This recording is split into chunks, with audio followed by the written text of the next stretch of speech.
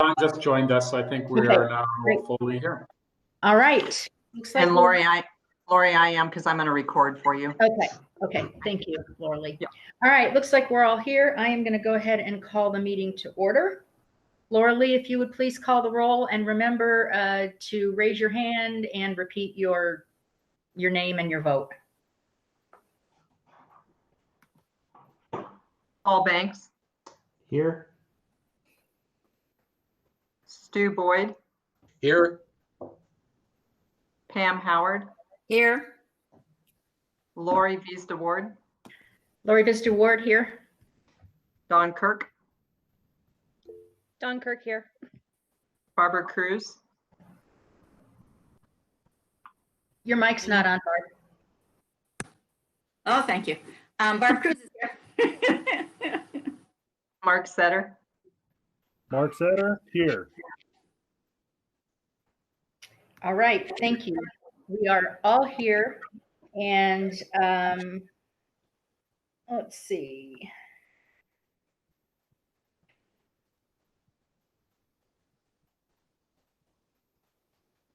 I'm going to go ahead and have us adopt the agenda before I ask us to go into exec session. So I will entertain a motion to adopt the agenda as presented for May 6th. Move to adopt. Stu. Second, Mark Setter.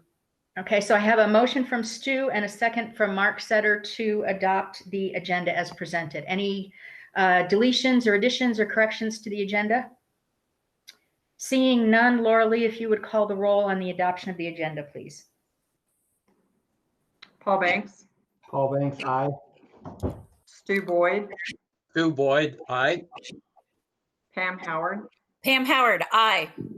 Lori Vista Ward. Lori Vista Ward, aye. Don Kirk. Don Kirk. Your mic's on. Aye. Don Kirk, yeah. Barbara Cruz. Barb Cruz, aye. Mark Setter. Mark Setter, aye. Thank you. So the agenda is unanimously adopted, and I will entertain a motion to move into executive session for the purpose of discussing and determining positions concerning matters that may be subject to negotiations, developing strategy for negotiations, and instructing negotiators pursuant to CRS section 24-6-402 subsection 4E. So I need a motion and a second for that, please. Barb Cruz moves to go into executive session for those purposes. And I second Don Kirk. Thank you. I have a motion from Barb Cruz and a second from John Kirk to move into executive session for the purpose that I've already stated. Are any questions on that? Madam President, just Yes, remind board, if I can remind board members, please mute your microphone. That's why we're Yes. getting all the feedback. When you're Yeah, not please muted. mute your microphone when you're not talking. Thank you. And I apologize, the jets flew right over my house, so you probably heard all those, but that happens. So questions on the going into exec session? No.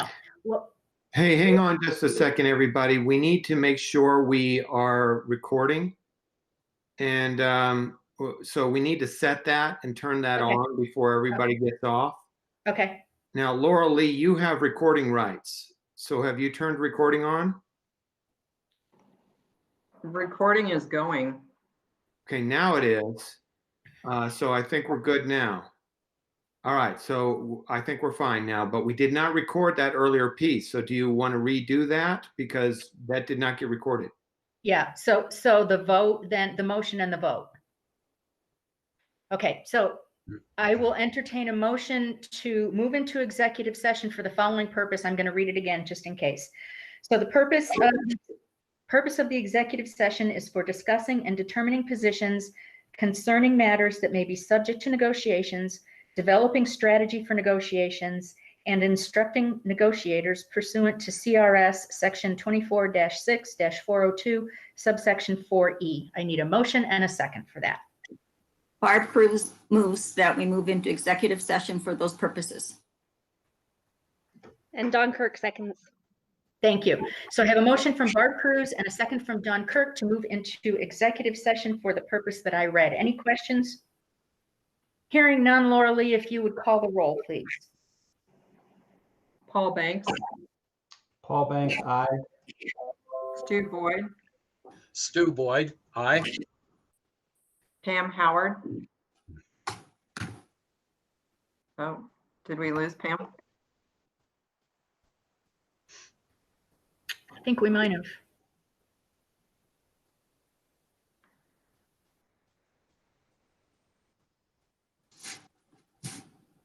Hang on.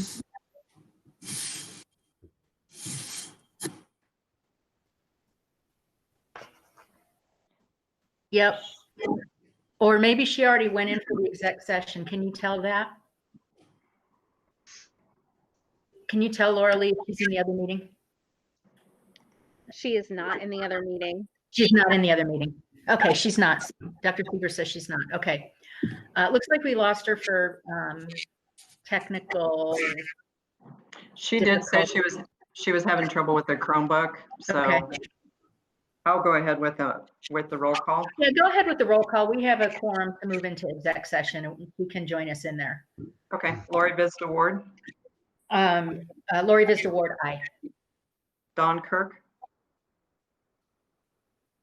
Aye. Don Kirk, aye. Barbara Cruz, Barbara Cruz, aye. Mark Setter, Mark Setter, aye. Mark Setter, aye. Pam. We are voting on the motion to go into executive session. So Pam Howard, Pam Howard, aye. And just to let you know, as the jets flew overhead, our Wi-Fi went out. So I hope I hope there's nothing weird going on, but it was very strange. Like Okay. whatever the Blue Angels went over, my Wi-Fi went out. So apologies. I hope it doesn't happen again. Weird. All right, Yeah. so we have a unanimous decision to go into executive session. So what we need to do, gang, is leave this meeting, click into the other meeting, the one that says executive session, and I'll see you over there. Lori, before we do that, Yes, sir. does Rob need to record the adoption of the agenda? Or did he get that? I think he got it because when did you, yep, he got it. He says he got it. Thank you, Rob. Okay. Yep. All right, so I'll see you in the other meeting.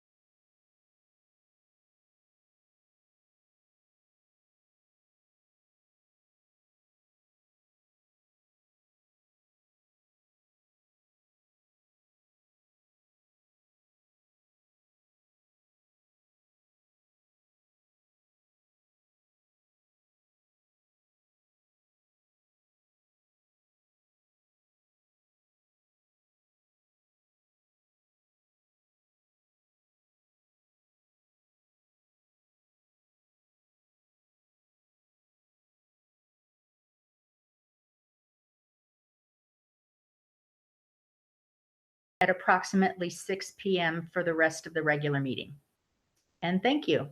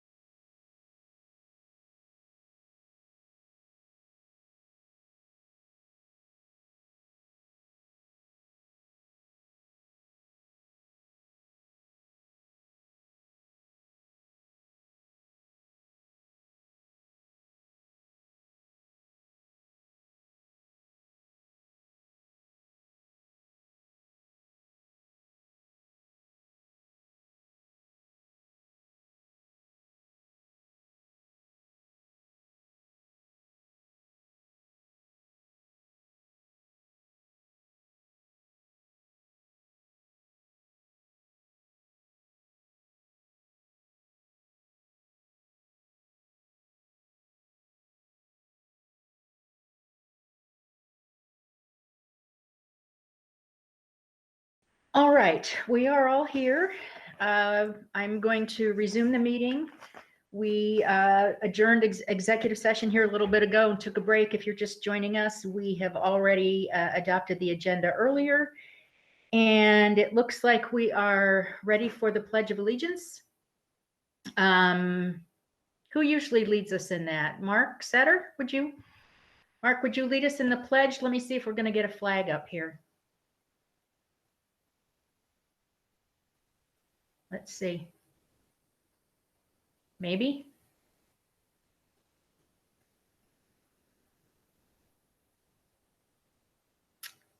Here it comes.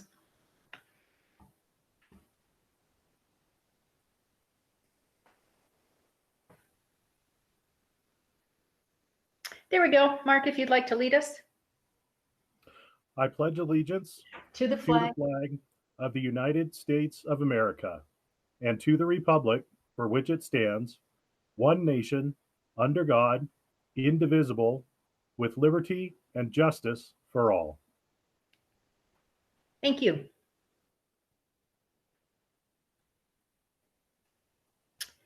All right, thank you. Good evening, everyone. We have approved the, Pam, if you would like to read the mission statement, please.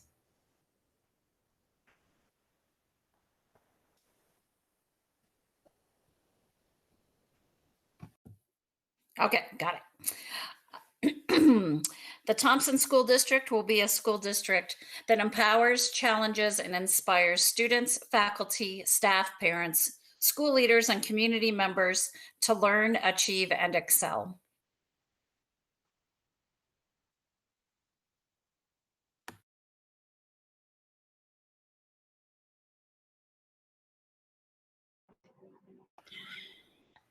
Sorry about that. So thank you, Pam. We have already approved the agenda from earlier, so I'm going to skip over that part. Next on the agenda is item 4.1, approval of the meeting minutes from our last meeting, which was April 15th. So I will entertain a motion and a second to approve those meeting minutes. Paul Banks, so moved. Barb Cruz, so second. Thank you. So I have a motion. I have a motion from Paul and a second from Barb to approve the minutes from April 15th. Is there any changes or corrections to the minutes? Okay, hearing none. Laura Lee, if you would please call the roll. Paul Banks, Paul Banks, aye. Stu Boyd, Stu Boyd, aye. Pam Howard, Pam Howard, aye. Lori Vista Ward, Lori Vistor Ward, aye. Don Kirk, Don Kirk, aye. Barbara Cruz, Barbara Cruz, aye. Mark Setter. Mark Setter, aye. Thank you. And those minutes are unanimously approved. Next, we have the public participation portion of the meeting. And the first item is item 5.1, Superintendent's Report. Dr. Schaefer. And if everyone would remember to mute while Dr. Schaefer's presenting, that would be great. Thank you. Good evening, Madam President, members of the Board of Education. Pleased to give you my superintendent report. This will be our second virtual meeting, so it's always great to see everyone. Believe it or not, we're on the home stretch of the 2019-20 school year. Last day of school is May 22nd, so we are quickly approaching that date, and we're beginning to wind down our instruction and activities for the school year. We have a number of end-of-year recognitions and celebrations taking place at our schools, especially as we think about our rising 5th graders to 6th grade, our rising 8th graders to 9th grade, and of course our kindergartners finishing their very important first year. And our seniors, our graduating seniors, our class of 2020, we are in the process of creating end-of-the-year celebrations for them, both in May and then as well as in July. And given our very complex and unusual situation that we find ourselves in as we get to the end of the year, we know that our seniors, we feel for them especially is because their year ended quickly. it came to an end, and a lot of those end of the year celebrations and rituals and things that students look forward to again ended prematurely. But we are committed to taking care of our seniors. We are committed to recognizing and celebrating them. And again, schools are busily planning those ceremonies and recognitions, and very excited for them. We're currently in the process of developing reintegration plans. So as you know, as our state begins to try and slowly get back to normal, we are working to look at what reintegration could look like slowly but surely in our schools. And as we plan for the fall, when our students return, we're looking at a number of models, a variety of potential teaching and learning, what it could look like. It could be anything from fully having students return or maintaining a virtual online learning, or a blend of the two. And so we are currently looking at what that means, and with safety and health overriding everything, it's really important that those plans are in place. And so later on in the evening, Todd Piccone will be providing an update to the board on what our reintegration planning looks like. We're also currently developing our Learning 3.0, and you'll be getting an update as well from our Learning Services team, sharing with you what virtual learning, the next iteration and generation, will look like here in the Thompson School District. We are anticipating, although we would rather not, but we are anticipating some presence of virtual and online learning next year. And so while we're very, very proud of our students and our teachers and staff for really moving and transitioning our district into this virtual and online platform, we know that there's a lot to celebrate, things that we've done really, really well, as well as areas of opportunity, things that we could certainly improve upon. So staff are busy at work looking at what that next generation of learning at home is. We're calling it Learning 3.0. And again, we'll be providing an update to you a little bit later in this meeting. Lots of recognitions, as you know, at the end of the school year. And this week is actually a National Teacher Appreciation Week. And we certainly acknowledge and appreciate all of our teachers throughout the district. They're doing just a remarkable job, and we're really proud of them. Last week, we had two other recognitions. We had Principal Appreciation Day. So our amazing principals have done just a great job this year, really navigating a lot of the complexities that the school year has brought us, and we're really proud of them. And also, we have School Lunch Hero Day, which was also celebrated last week. I want to say May 1st. And that's a salute to our nutritional services workers. Those are the individuals that work in our food service program, our nutrition services program, and we're really, really proud of them. So a little bit later in your agenda, we have resolutions recognizing and celebrating all of them. I'd be remiss, and again, I can't praise enough, really all of our Thompson School District employees need to be appreciated and recognized. And while it's great to have a week here and a day there and a month there, at the end of the day, every day we should be really celebrating our staff.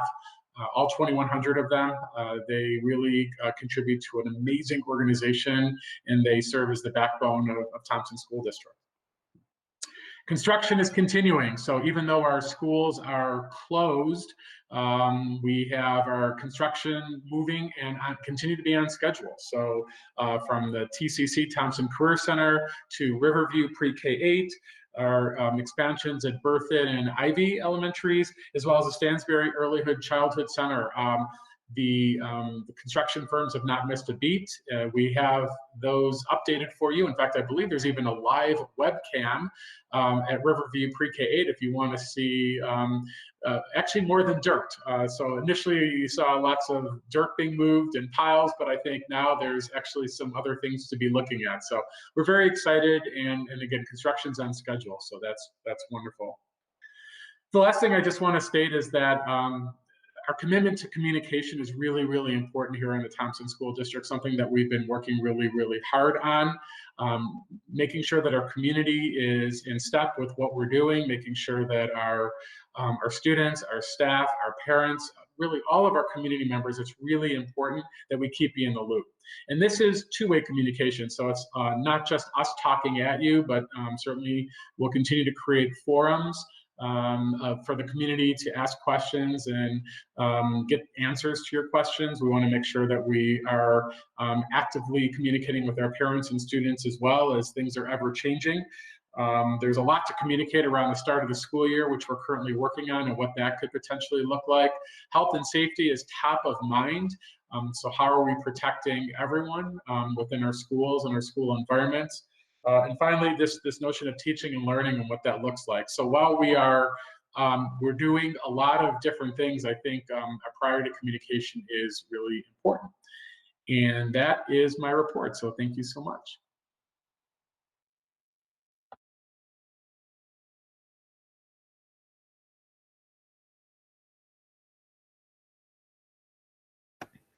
There we go. Thank you, Dr. Schaefer.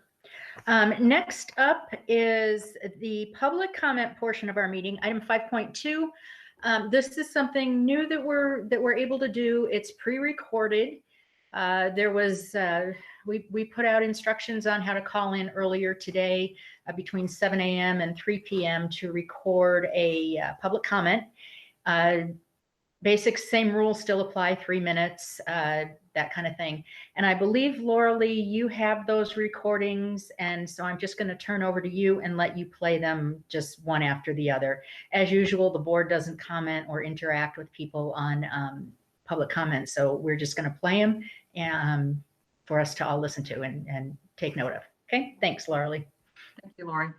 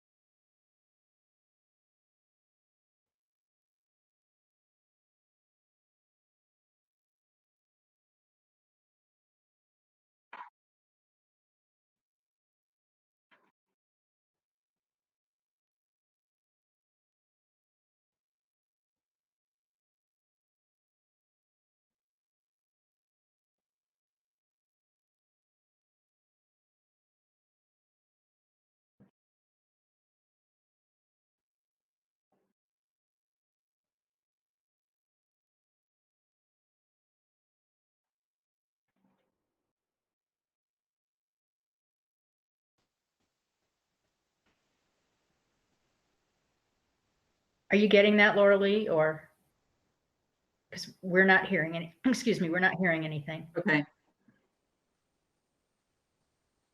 Hang on, sorry. Yep. That's okay.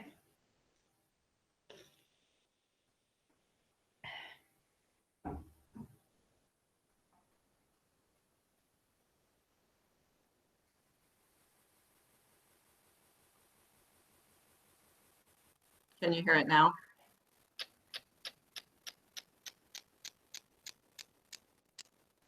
Can you hear? Laura Lee,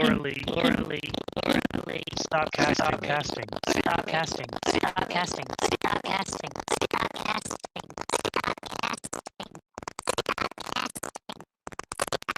All right, I'm gonna pause. Hang on, sorry.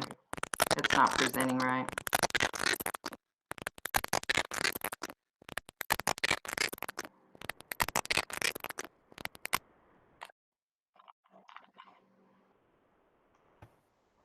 Okay, that was exciting.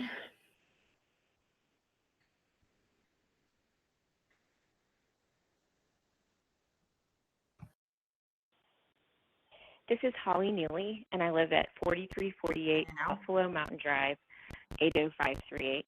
And I am calling about plans for next year in regards to COVID. Currently, I have a second grader at High Plains School, and we'll have a kindergartner next year.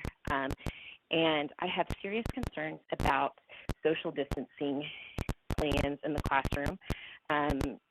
Classroom seats being 6 feet apart, there not being recess or time for children to interact or to interact with their teachers. or to have social engagement that is necessary for kids' development, I feel like plans to move forward with this are really not going to be effective because there's already going to be a lot of kids in the classroom. And I also feel like it might be harmful for children to be in an environment where they are just sitting in a chair all day and not engaging, as we know that the research shows that they need. So I feel like it's also going to be impossible to keep kids apart. So it's just going to be creating unrealistic expectations. My child, who is going to be a kindergartner, I feel like it is going to be a complete loss of a year if he has to sit at a chair and not able to touch or talk or play with other children. And I also think it's going to be impossible for the teachers to keep these kids adhering to these standards. And so I just don't see how this is really going to be possible or useful other than to create frustration for teachers and parents and children. I would like to propose that we have a completely online schooling option for families that are at risk or feel uncomfortable sending their kids to school, but for parents and family members who feel like it's okay and are not at risk, going to school in a normal environment would be. This is Holly Neely, and I live at 40 School in Thompson Schools this next year because we believe that there's much more to school than sitting at a desk or sitting on a computer and getting information. We believe that there is a whole child social development that happens at school, and the other option will not work. Additionally, we have concerns for the families that need their children in school every day for their own livelihood. We need to take into account those children and also the children that are medically fragile whose parents have the schools giving them respite and also providing medical care. We have to take into account everything, not just fear of a virus, and really some just acting on potential scenarios and not really, we're just making guesses as well. So thank you for your consideration. Again, my name is Holly Neely. My phone number is 281-468-2494. Thank you.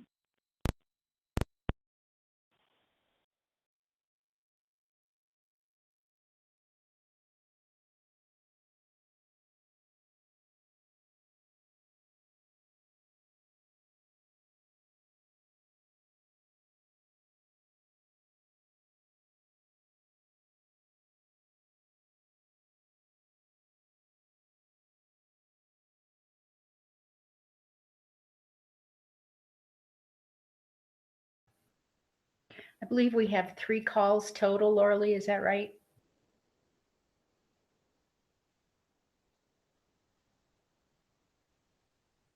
Yes, sorry. We had this trouble before. They're not. Hang on, let me try to download them again. Okay.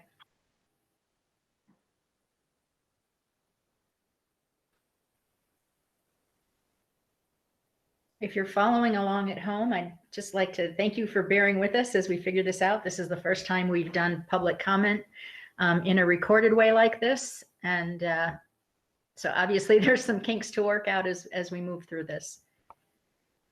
So we appreciate your patience.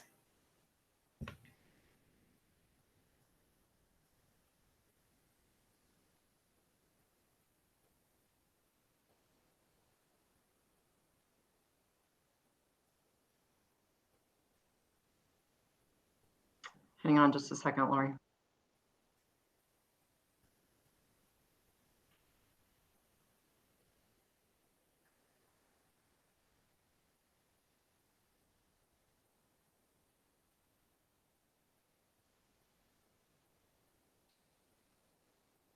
By the time we get really good at this virtual meeting scenario, it will be time to have summer break.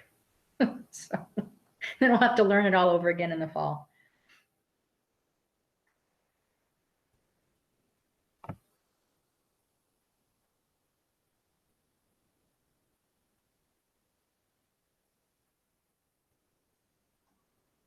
I'm trying to get technical support. Sorry. Yeah, I see them chatting.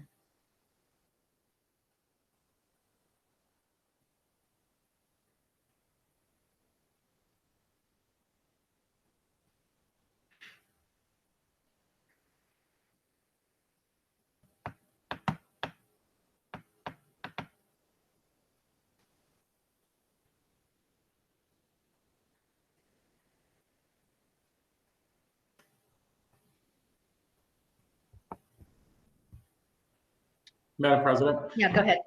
if maybe we can give them a few more minutes, recommendation could be, we are happy to transcript these so we can then attach it to the minutes so that the board will be aware of what the spoken comment was, and it will also be part of the record, and that we'll just attach it. So if we don't feel like we can solve this in a timely manner, I would recommend us doing that so we can move forward. Okay, let's go ahead and do that. If Laura Lee or Matt, you can hear me, I think. If you guys get this back on, message me and we can, if we can do the calls, we can try them again. But for now, I'm going to move on. Laura Lee, is that? Okay, all right, thank you. All right, so we will transcript those calls and get them attached into the minutes as well. And like I said, if we can get back to them before the end here, we will. Moves us on to action consent agenda. There's some items on the action consent agenda. I will go ahead. We take those up as a whole unless any board member wants to remove an item for consideration. I will go ahead and read them all and then let me know if anyone wants to take anything off. We will also have the couple proclamations read here at the end.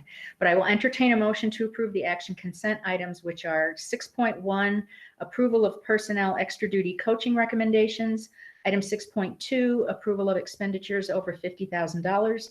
Item 6.3, approval of second reading of policy JFABD and JFABDR, homeless students. Approval of second reading of policy BEDH and BEDHR, public participation at board meetings. 6.5, approval of Head Start cost of living adjustment. 6.6, approval of contract for Maxmar field synthetic turf installation. Item 6.7, approval of Ferguson High School calendar variance. 6.8, approval of Riverview PK8 Poudre Valley REA easement. 6.9, approval of bond-related budget increase for TCCFHS building. 6.10, approval of Riverview PK8 attendance boundary and High Plains School addition. Item 6.11, approval of resolution declaring National Teacher Appreciation Week, which is May 4th through May 8th, 2020.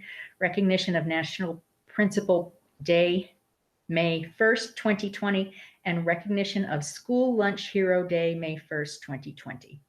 So first of all, does anyone want to remove anything off of there? Great, then I will entertain a motion and a second to approve that action consent as a whole. Don Kirk moves to take it as a whole. And a second? Paul I'll take Barb. Okay. So I have a motion from Don Kirk and a second from Barb Cruz to approve the action consent as a whole.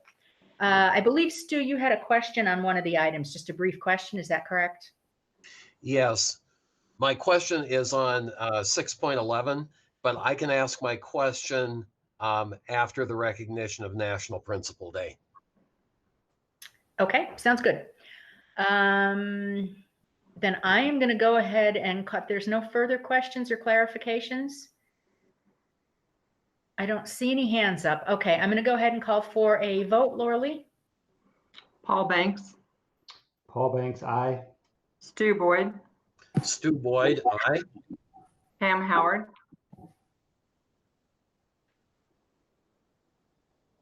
your mic is off, Pam.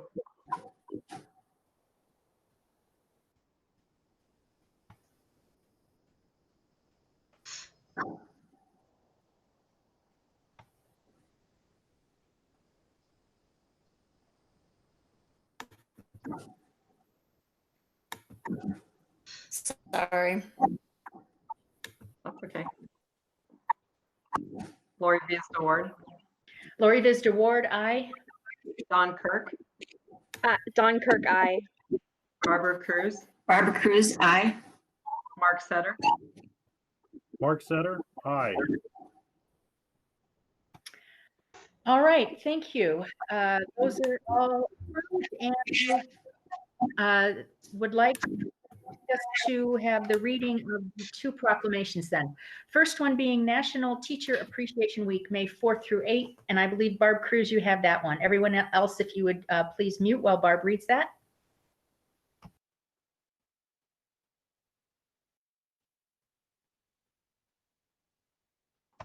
You need to unmute, Barb.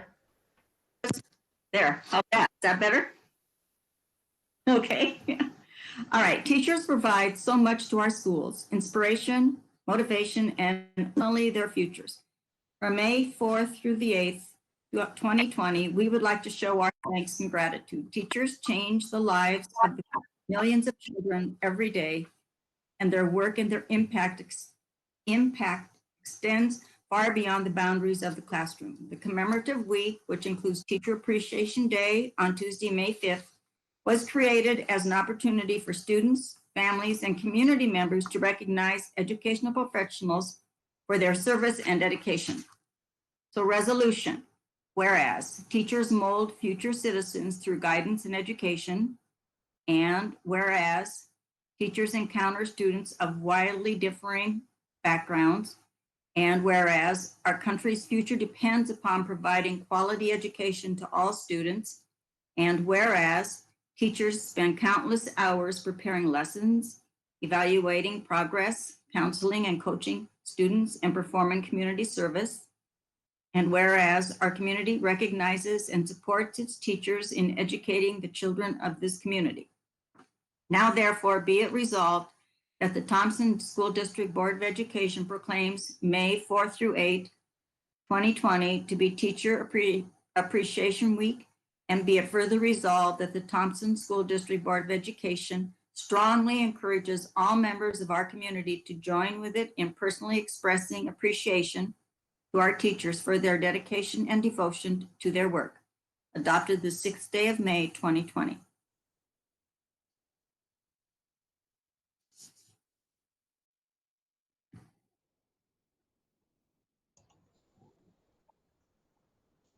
Next, we'll have Stu with the proclamation for National Principal Day.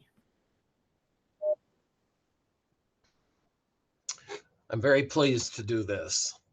Resolution: whereas the vision, dedication, and determination of principals help to provide mobilizing force behind school reform efforts, and whereas principals are expected to be educational visionaries, instructional leaders, assessment experts, disciplinarians, community builders, public relations experts, budget analysts, facility managers, special programs administrators, and guardians of various legal, contractual, and policy mandates and initiatives, as well as being entrusted with the education and development of young people, our most valuable asset.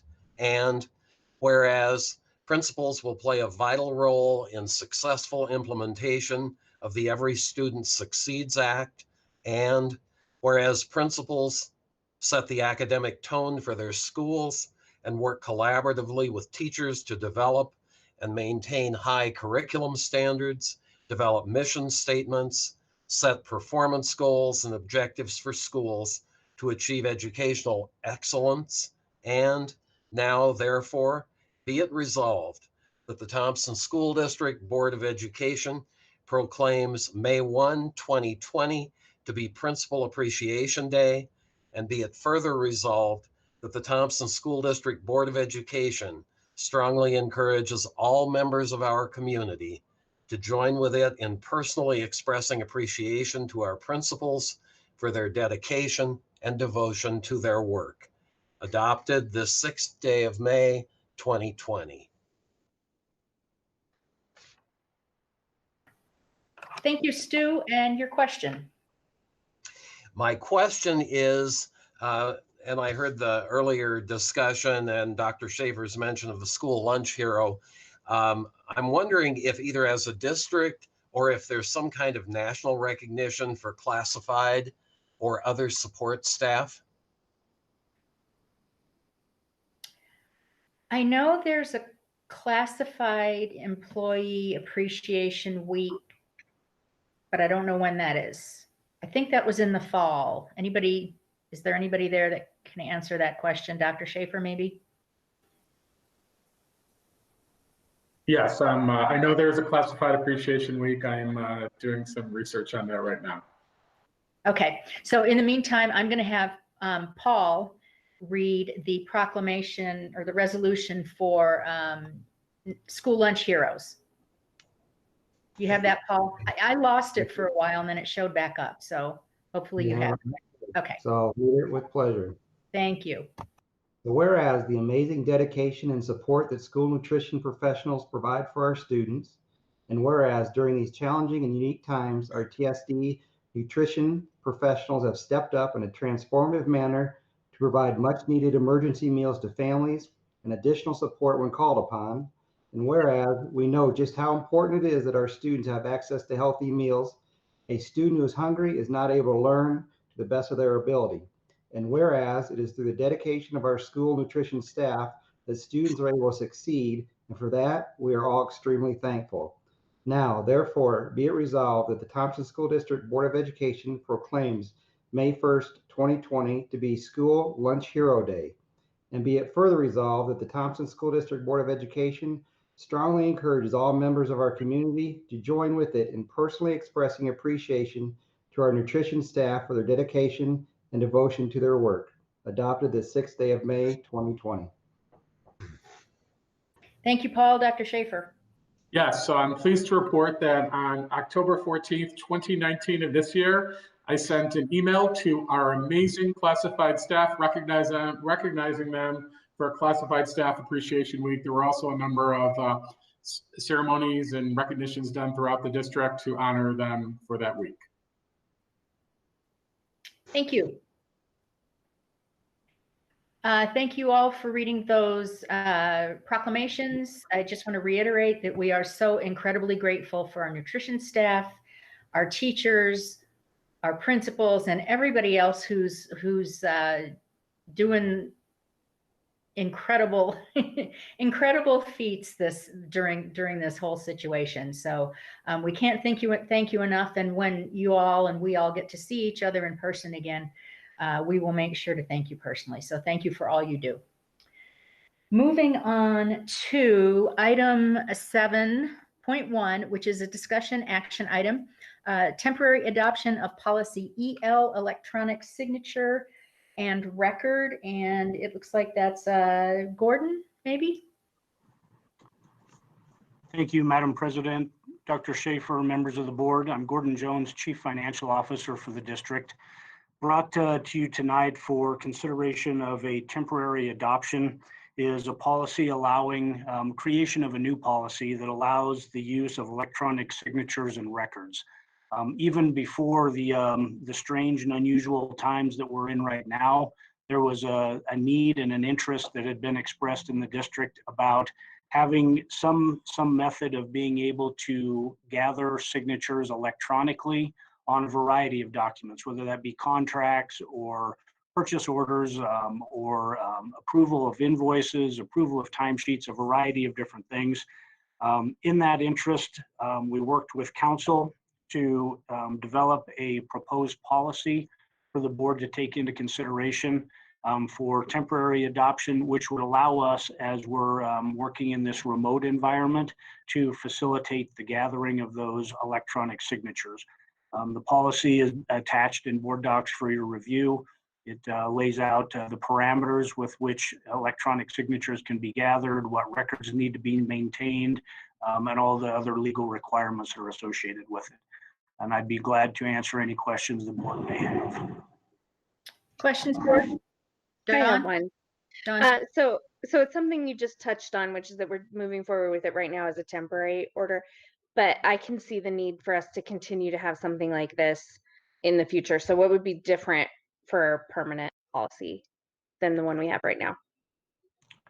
It would be intended to be the same policy, actually. The interest in having a temporary adoption is this is first reading of the board, and in consideration of the board having a chance to review as such and then give their formal adoption on second reading is the only intent behind the temporary adoption.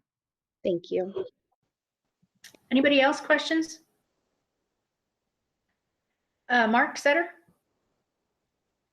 Gordon, given the situation that we're currently in, how valuable would it be to have this policy in place sooner rather than later? I'll tell you that, we've been doing business with electronic signatures for years, law office, CPA firms, medical firms, quite comfortable with electronic and digital signatures. So would it be valuable? My question is, would it be valuable for us to move this to an action item? You took the words right out of my mouth, Mark Setter.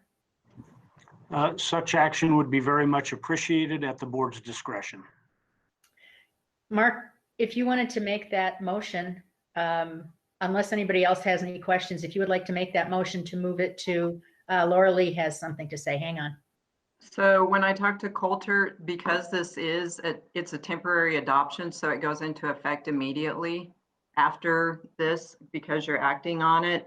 And then you would do the second reading at the next meeting. But it's because it's a temporary adoption tonight, it already goes into effect. Right. So if we move it from discussion to action, and then we will take a vote on the policy.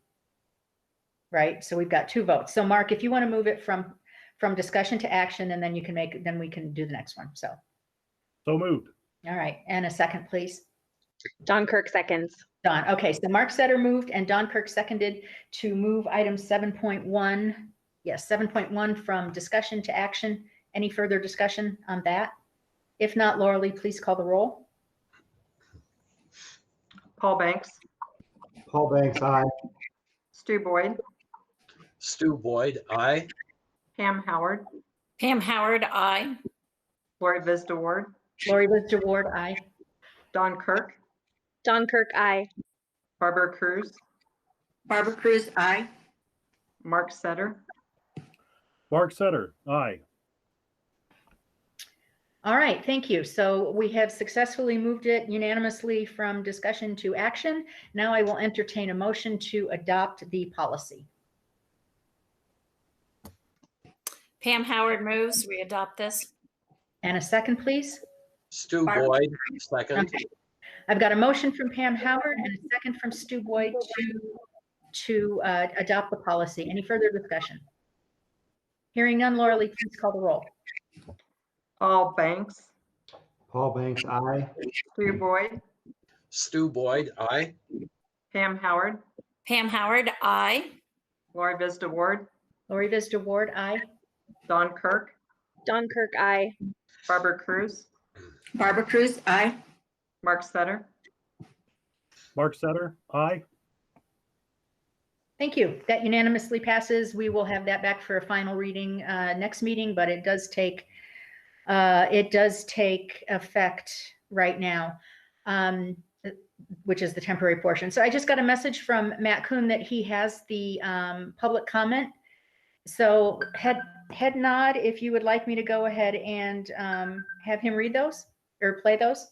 Okay, go ahead, Matt. Everybody mute your mics and Matt will go ahead and play the other two public comment. All right, I'm going to go ahead and give this a try. Laura Lee, Lori, everyone, please mute your mics so no interference as much as possible.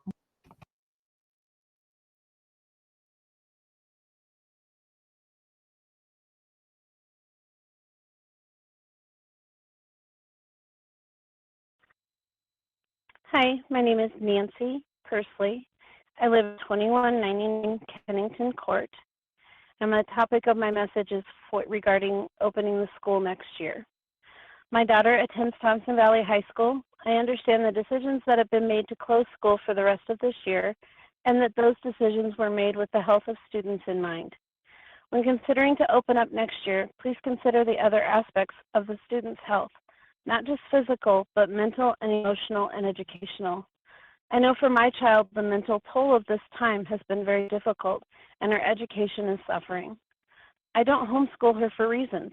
She learns much better in a group environment, and I believe her education will be compromised if she is not able to return to school. I know as a board, you have many aspects to consider, but our kids' education, future college prospects, and many other opportunities are in jeopardy if they do not return to school in some sense of normalcy. I understand that not all parents feel comfortable putting their kids back in school, but there are plenty of homeschooling options available. I don't homeschool because I understand that my child needs more than just a teacher on a computer. She needs sports and to be around friends and to socialize with other kids and adults. These are things that will make her a well-rounded adult and help her in her future. School isn't just about proving you know some facts and can add and subtract. It is much more than that, and it cannot be duplicated virtually. I also would have no problem signing a waiver if my child was allowed to return to school. Thank you for your time. Bye.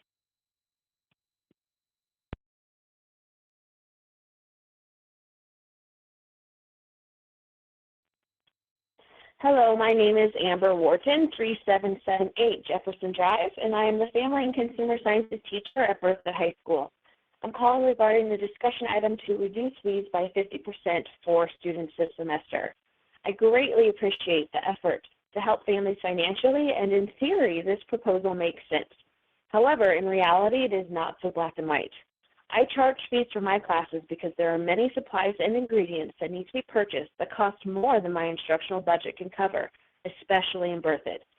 In the 5 preps that I teach this semester, only one fits into the quote, only half the fees have been used, unquote, category.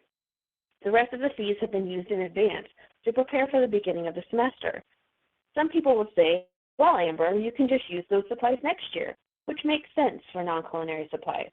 However, in catering and in my other culinary classes, those supplies are perishable and cannot be used next year. In addition, those fees do not go very far and were spent to purchase ingredients for cooking labs before March 13th. Unfortunately, I do not have a list of students who have not paid fees with me and will never have access to those whose fees are waived. So I don't have an accurate number of how much I've spent over the fee amount. In the past, I've run out of fee and instructional money by roughly April and compensate for the rest of the semester with money earned from catering events. I'm not sure what teachers were told at other schools, but we were told at BHS that those accounts will start next year in the red, and the fees that come in will help compensate for the refunds, which will take away from students' experiences next year. This is the biggest problem I see, and it does not seem fair to those students next year.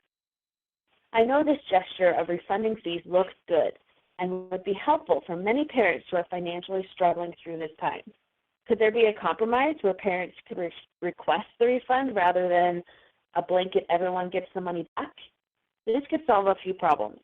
Some parents who are not financially struggling may find it easier to just donate the money to the program instead of requesting the refund, which could ease the strain on department budgets. And 2, the amount of work our bookkeepers are going to have to put in is ridiculous. There is no way other than to individually touch every student's account who is taking a fee-based class to process the refund or carry it over to next year. The turnaround time for seniors is less than a week. I ask you to please consider the gray area rather than refunding all fees, or find a way to help small elective and CTE departments who are struggling for money as it is. Thank you for your time. My contact information is amberwharton@thompsonschools.org. Thanks.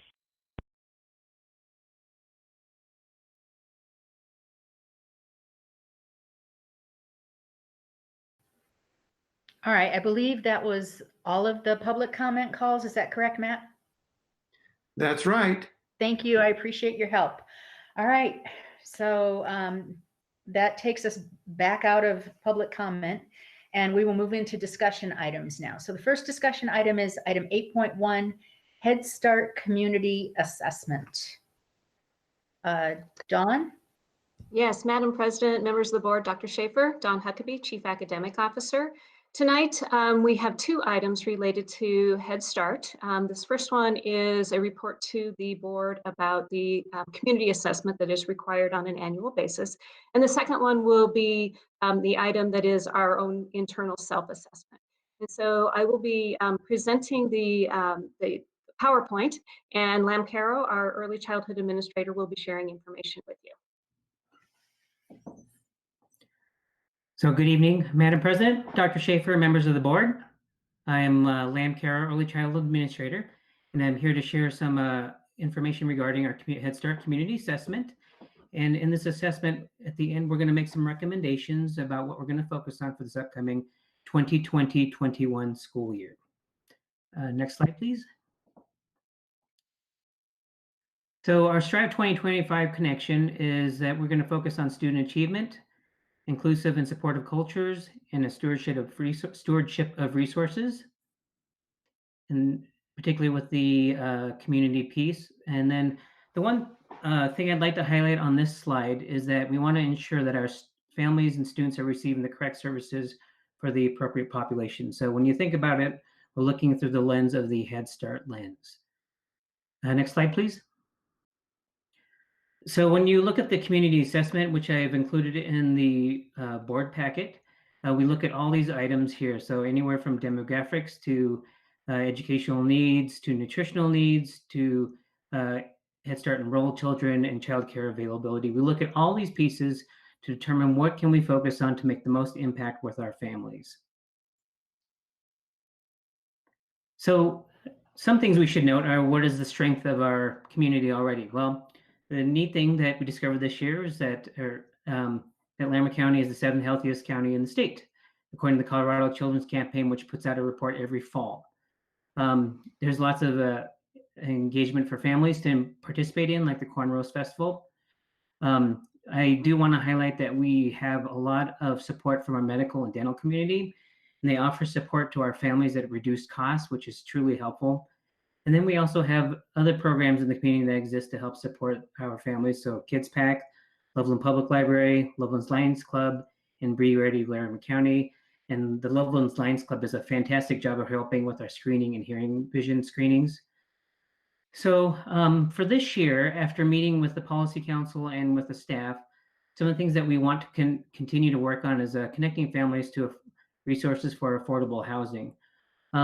We anticipate that with the current state that we're in now, that we are predicting that there are going to be more families that will need to access that resource. So we're going to continue to put our efforts into that. And so along with that, we're going to be working with our education stability specialists to also provide resources to our families. And that could include also making sure that transportation isn't an issue. So the other next thing we're going to focus on based on the community assessment is our continuing to identify children in foster kinship care. So one of the things that we recognize this year is that there's the system, although good, could be better. So in this year, we recognized that we wanted to focus more and make sure that communication occurred, because we would start digging a little bit and we would discover that kids would qualify for Head Start based on their foster care or kinship care.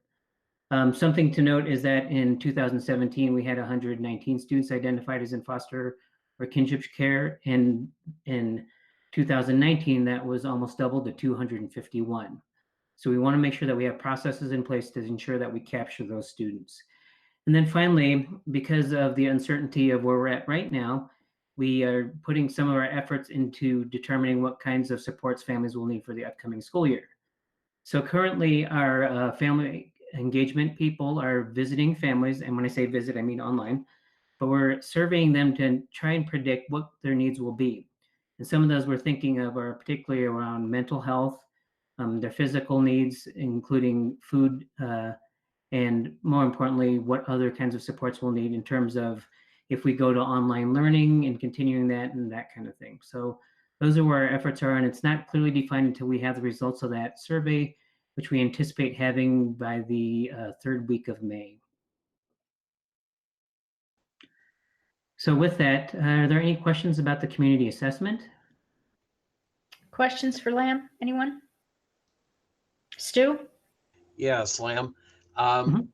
In looking at the community assessment, not the presentation that you just made, it looks to me like there's information about birthhood that's missing from the presentation.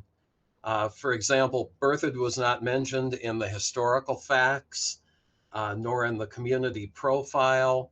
No recreational amenities or family events taking place in birthhood were included. And then also at the end of the report is a list of partners who were involved in collecting information for the community assessment. It was quite a lengthy list. The town of Berthoud was not there.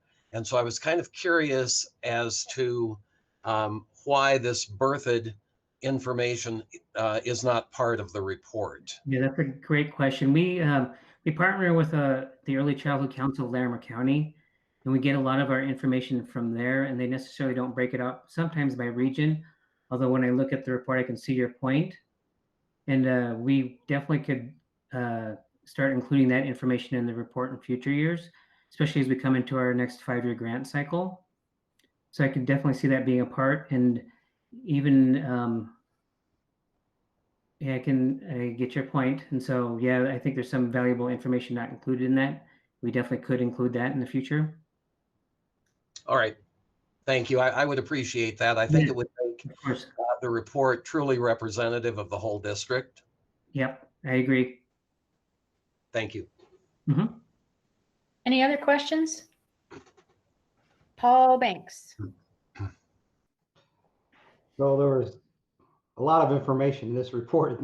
I could have lots and lots of questions, but I'm only going to focus on one I'm just real curious about, and I can't find it in there at the moment, but somewhere in there was referencing the amount of childcare during the day that the need versus how many licensed capacity that there is. And there seemed to be quite a huge gap between the capacity and the need. Do we have any information or any idea where do those kids go if they're both parents or at work? Do we know what's happening to those kids? And a lot of it, I think, is friendship care. So a lot of people access currently, they have friends that provide childcare. So, for example, at Lago Vista, I know that the parents trade off amongst that in that community to provide care, and it's easier for them to do it that way than in other ways. The hard part about what we try and do is we find it difficult to capture that information because the only information we have access to is the licensed child cares in the program, in the district or the county. So when we look at that, it doesn't represent the full scope of who's providing child care in the county. Early Childhood Council of Larimer County has made a huge, tremendous effort to try and increase the number of child care providers. But with the changes in licensing, that number has only gone up by 2 care providers from last year. And in particular, that's in Loveland. So it hasn't gone up a lot. And when you think of the slots that provides, that would only provide, depending on if it's an infant toddler or a preschool model, it would provide care up to 10 infants and toddlers between one site, so 20 total. And then for preschools, it'd be up to 32 more students, depending on if they do it as a child care center or a preschool center. All right, thank you. Uh-huh.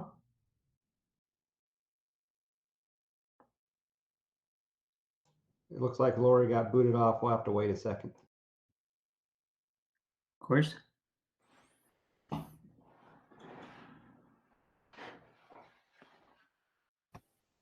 Sorry about that. I just got bounced out of the meeting. Any other questions for Lam? All right, so this will come back. You'll ask us to adopt this or approve it next meeting, correct? Correct. Okay, and since you are on for item 8.2, which is Head Start self-assessment, Dawn and Lam, you just want to continue? Sure. Thank you. So the Head Start self-assessment is really focused on a cycle of continuous improvement. So it's a comprehensive look at our program to determine what areas we need to improve and where we need to put more focus into, and also as an opportunity to take a look at what we're doing well.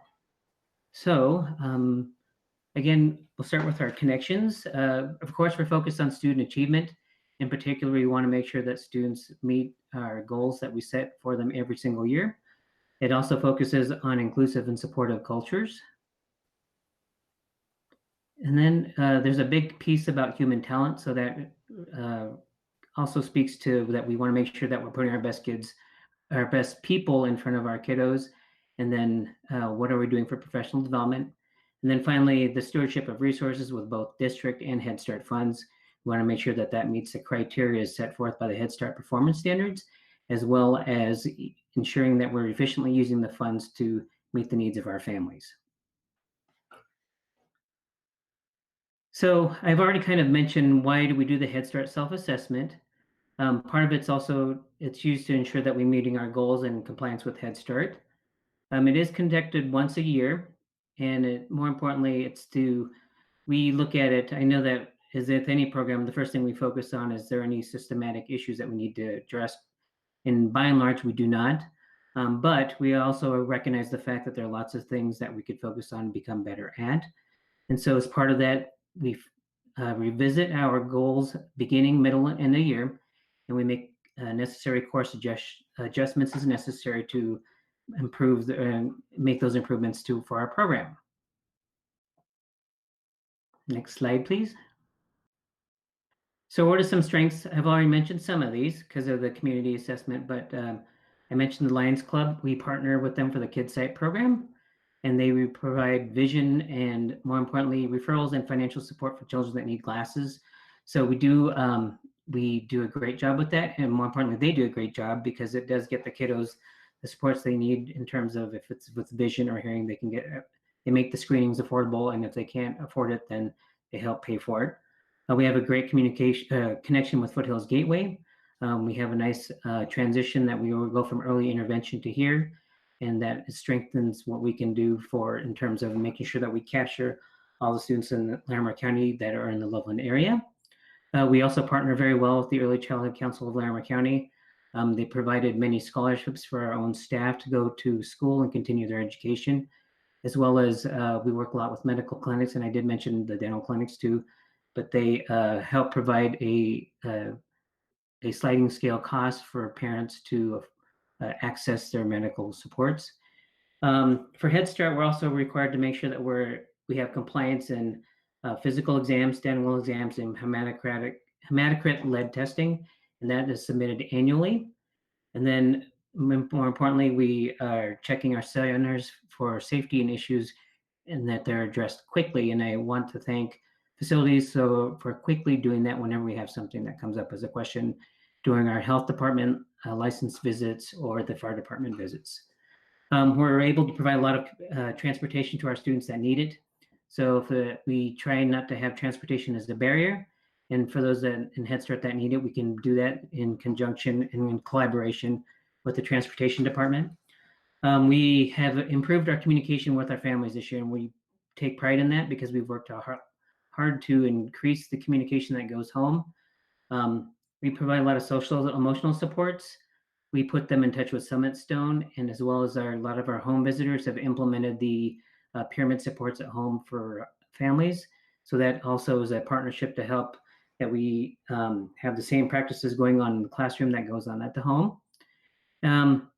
Our staff, most of our teaching staff have their master's degrees, and if they don't, they're already working on it.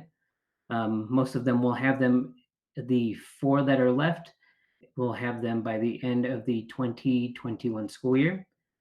And then finally, I just want to share that we did receive the final approval of the Head Start grant for the renovation of Stansbury, which is about around $2.4 million. So that's a huge plus that we can get some things going on in there.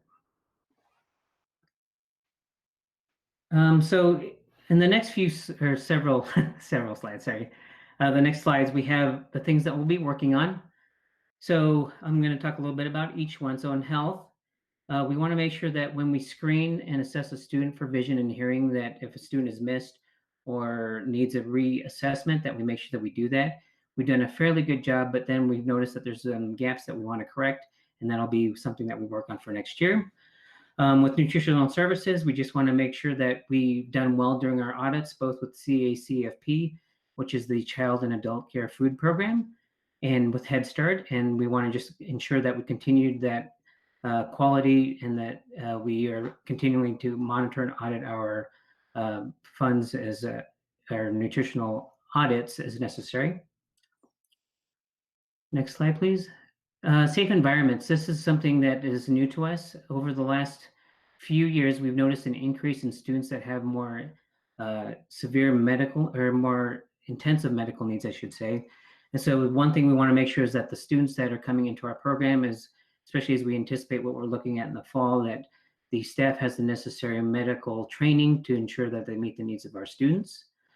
In transportation, we're looking to update our PBIS supports with transportation, because what we would like to see is that there's a consistency that goes from home to the in between with the transition with the bus to the school. And so we want our staff that work with our students on buses to ensure that they understand the practices. So there's that consistency between home and school. And then also we want to make sure that we are providing transportation to the kiddos that need it. We've done very good at identifying that. And as we move forward in the future, as the program grows, we want to ensure that the students that need it have access to it. With our exceptional student services, one of the things that has come up is that we want to make sure that we continue to have the high quality special service provider to support the special education component of the early childhood program. So within that, we've done a much better job of recruiting. I myself have spoken to, I've spoken at UNC and connected with the different professors and classes there to ensure that we always maintain a connection, and hopefully through our efforts, we'll always maintain that piece. And then as all with the mental health services, we're working on ensuring that the fidelity of our Tier 1 practices, so that includes creative curriculum, second step, the pyramid for early childhood, which is the same as the positive behavior intervention supports. And all those are there as we move forward with our multi-tiered systems of support in alignment with the school district, that we are doing all of those to fidelity, because as we look at, we know that resources are important, and we want to make sure that we're efficiently putting those resources in the places that we need to based on the data that we collect. Our family and community services, one of the things that we talked about with our policy council is that they'd like to see more increased communication with from the classroom to the home. And so within that, we've done some specific things, including we send home 2 newsletters a month from the classrooms. There's a monthly newsletter that goes home. And then finally, one of the other things is that a lot of parents like the ability to interact weekly with the parents. And so a lot of staff have implemented these using different apps like Dojo, Class Dojo, Class Tag, and different programs to where they have more access and can communicate more frequently with the teacher. And then with our education, we're going to continue to strengthen the components of creative curriculum. And so there is a fidelity checklist that we're using, because if you'll recall, we implemented creative curriculum in the January of 2019. So we actually just completed the first year almost based on up until spring break. And so our next steps right now are to make sure that we are continuing that, because as the creative curriculum development goes, teachers will have the opportunity to develop their own units of study. However, it's important that they do follow the structure of creative curriculum as it's designed. So I want to also, I should say a big thank you to Mindy Oliphant and Gordon's department, because one thing that's always been a good part of our program is that our audits always come with that there are no findings in terms of how we handle our financials. We have a good checks and balances program, and then it's audited by several people. And so it works very well. And I'm proud to say that, again, we had no findings last year. The next thing we're looking at is a program design. Again, with our focus being on social emotional support and trauma-informed care in the classroom, we want to make sure that our staff and our students have the social emotional supports necessary. Because if we know that if we can support their needs, we can focus on the task of school readiness. So that would allow us to do more work in terms of literacy, math, and so on. And so this is tied directly to the COLA and the Quality Improvement Grant, where that funding would help support that piece too. With a thing called ERSIA, or Eligibility, Recruitment, Selection, Enrollment, and Attendance, we've made the move. We started earlier this year, and the thing that's been unique to this year is that we've been able to adopt it, because with the way that things are going right now, we've had to shift a lot of things that we do to recruit students. So we've moved to an online application with, what I'm proud of is that we've managed to do some online evaluations and online screening. And I'll also be the first to admit that there are a few bumps at the beginning, but we're into a good flow now, or if you like that the information and the screen that we're getting is helping us be able to place students in the appropriate classrooms that they need to be for the upcoming 2021 school year. And then we were asked to update our school readiness goals in the social emotional realm and the approaches to learning. So the two areas that we focused on, again, tied to our social emotional supports, were the social emotional domain. So there are typically 5 to 6 gold objectives within that, but within a widely held realm. And so we chose that 90% of our students that are 4 years old will perform within or above the widely held expectations by the spring 2021 gold marking. And we'll take those gold markings in the fall, in February of 2021, and then again in May of 2021. Our approach to learning is also focused on problem solving that's tied directly to the social emotion domain. And so where you're going to ask that teachers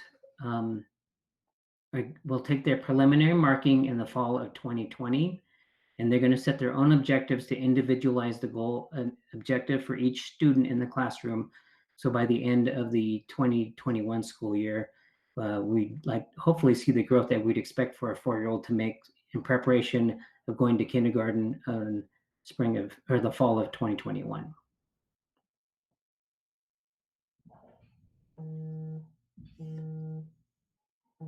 So any questions?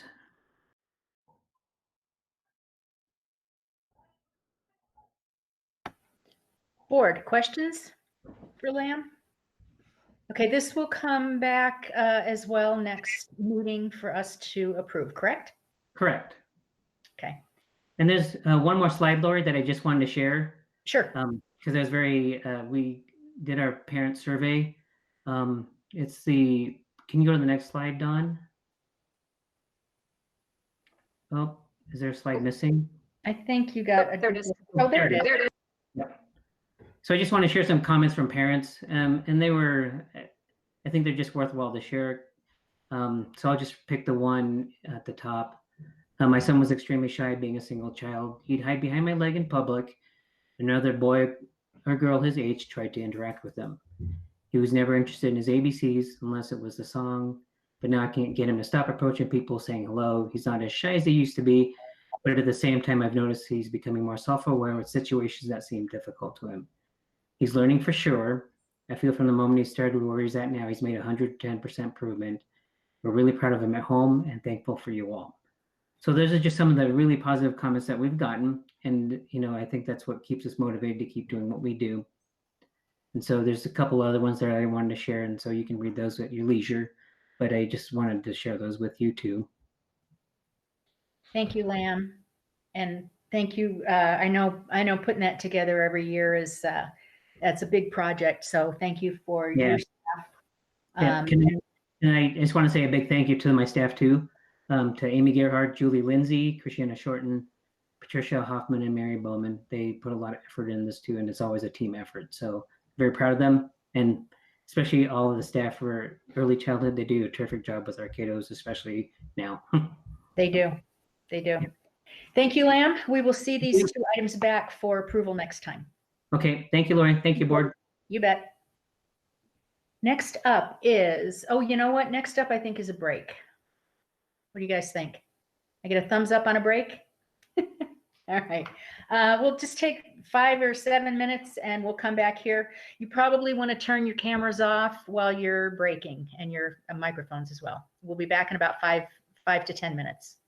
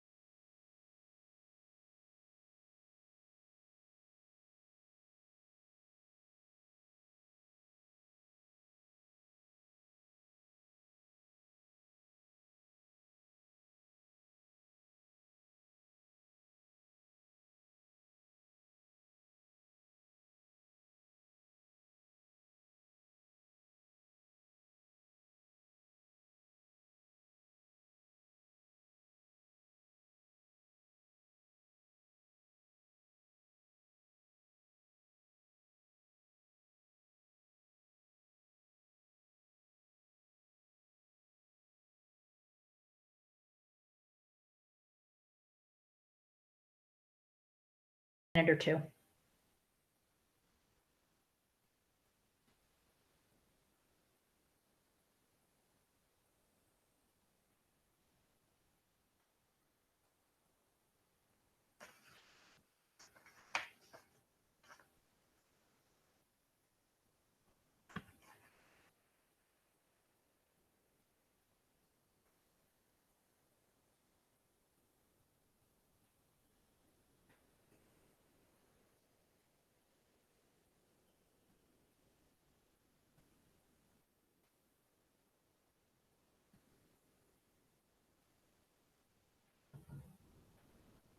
Okay, I'm going to go ahead and get started again. We are at item 8.3, which is refund 50% of student course fees for spring semester. Gordon Jones. Thank you, Madam President. In alignment with the Strive 2025 strategic plan, this discussion item is centered around focus area 4, which is stewardship of resources, with desired outcome of 4.1, ensure transparency in the use of district resources. The board each year approves according to policy JQE, a fee schedule for a variety of different fees in the district, from athletic participation fees to course fees to instructional fees. Given the unusual circumstances that we find ourselves in now over the last couple of months, the principals from the high schools have proposed a refund of 50% of the course fees, not all fees, but course fees for the second semester, assuming that with approximately 2 months of the school year that has been missed, some of those classes have certain projects and exercises that perhaps students didn't get to participate fully in, that the fees were intended to cover. So this discussion item is brought before the board for your consideration and questions on if that's something they would like to entertain. I will add a couple other comments here. These dollars are in Fund 29, which is our dues and fees fund, not the general fund. In preliminary analysis, it looks like this cost, or not the cost, but the refund of these fees would be approximately $40,000. These fees are something that is used for, again, the instructor in each of those classes to purchase educational materials, supplies, other items that support the curriculum. So as we heard on an earlier call from in public comment, there are some concerns from the teacher standpoint of their budgets starting at a negative position next year. That's not the intent of this proposal that's being brought forth. I think it would be reasonable and fair for those to ensure that any individual budget for a teacher, a class, a project would not be negatively impacted by this proposal. So I'm able to try to answer any questions the board may have. Questions, board? Paul? So you just mentioned that it's not the intent to put any of these classes or programs behind the 8 ball going into next year. So have there been thoughts of how that will be accomplished, or is there something that could be added to this particular item just to make teachers feel more assured that we're not going to leave them hanging out to dry? I think there are funds that are available from other instructional materials that are satisfied by the general fund or funded by the general fund that would have been saved over the last 2 months that could be used to offset these via fund transfer from the general fund to Fund 29 to make sure and ensure that any budget for any of these classes or any of these programs starting for the 2021 year would start on a break even or an even footing, and then have whatever fees they collect next year fund the program for next year, not start at a negative basis. Gordon, I have a question. You said that there are funds that could be used. So the defining word there is could be used rather than will be used? Could be, because that is a board decision, not a CFO or a finance department decision. Okay. There are savings that the board could authorize be used to ensure that none of the budgets in Fund 29 for the individual classes would be negatively impacted. I understand. Question about, I just went out of my head now. Oh, I know, the concern that the caller, and I think we got a letter too from a different person, raised the burden of this would fall on the backs of a couple of employees in the high school offices, the accounting offices within each high school. Is that, can you speak to that a little bit? And then I think the caller mentioned doing something like an in-between where parents get to decide, do they want the money back? Do they not want the money back? That kind of thing. So could you talk to that, please? Certainly.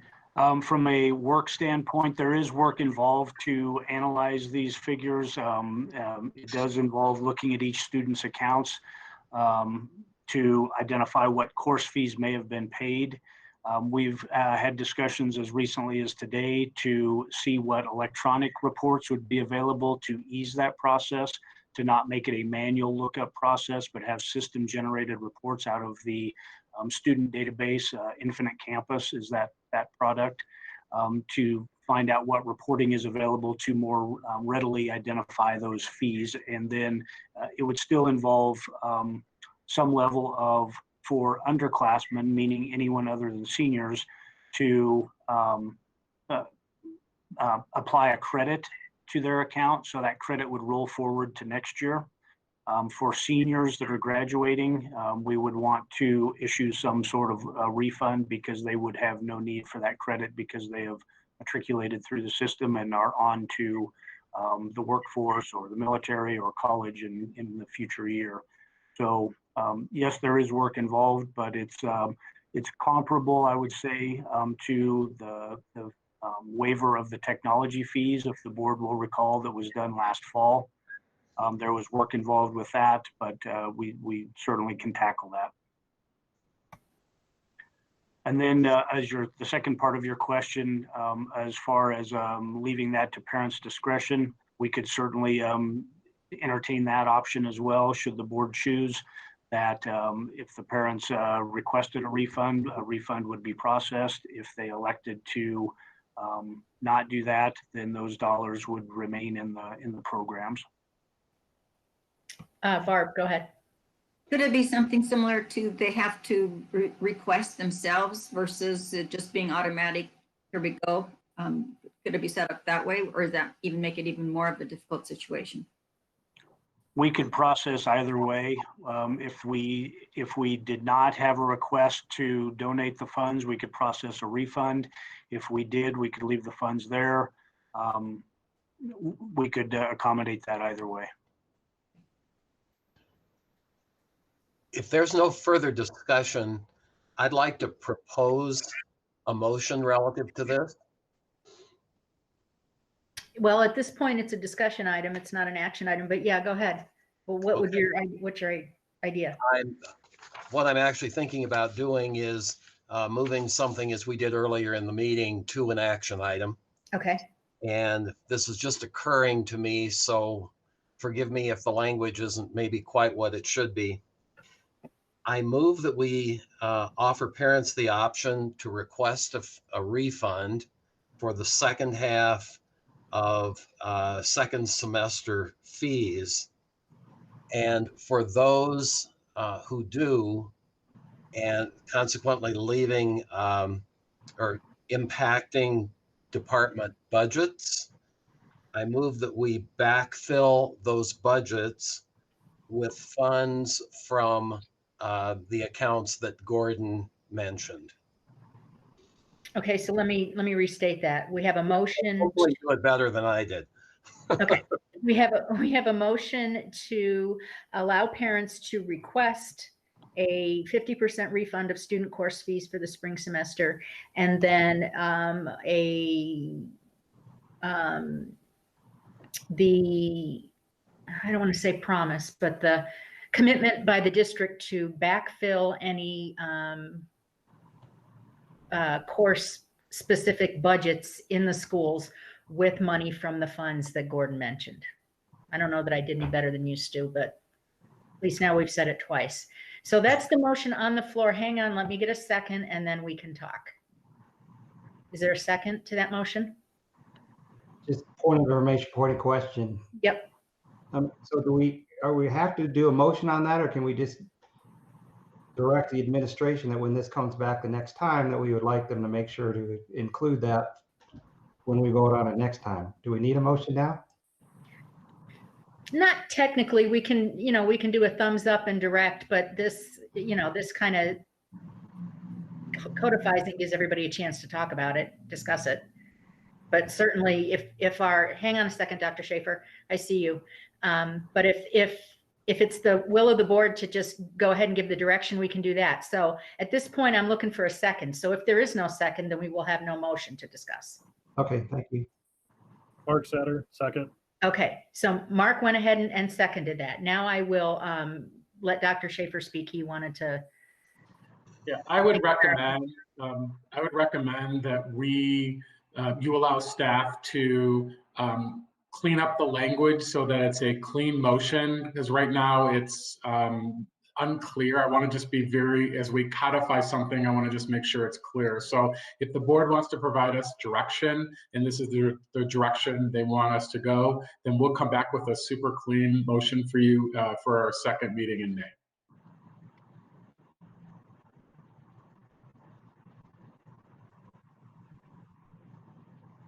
I'm very comfortable with that because I was speaking as the ideas were occurring to me. So I'm sure there's a much cleaner way of stating the motion.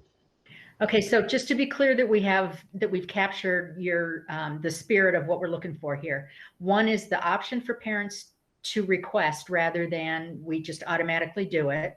And then the second is that money is backfilled with the funds, Gordon, the other student fee funds that Gordon was talking about. Is that correct? That's correct. Okay. All right. So we still have the motion open on the floor. So we'll need to defeat it to put it to bed. So I will call on Laura Lee to call the roll on this. Lori, Wait, before we do that, I'm not sure I understood what you just said. Okay, wait. Mark's talking and Stu's talking. Hang on, Stu. Let me hear what Mark has to say. Okay. Yeah, can we table the motion until the next meeting? Yeah, I think we can do that. We never do that, but yeah, go ahead, Dr. Schaefer. I recommend withdrawing the motion. Okay, then that would be Stu. Come back clean. Yep. Okay, then that would be Stu. If you want to go ahead and withdraw the motion, and we can come back to it at the next meeting. Sure.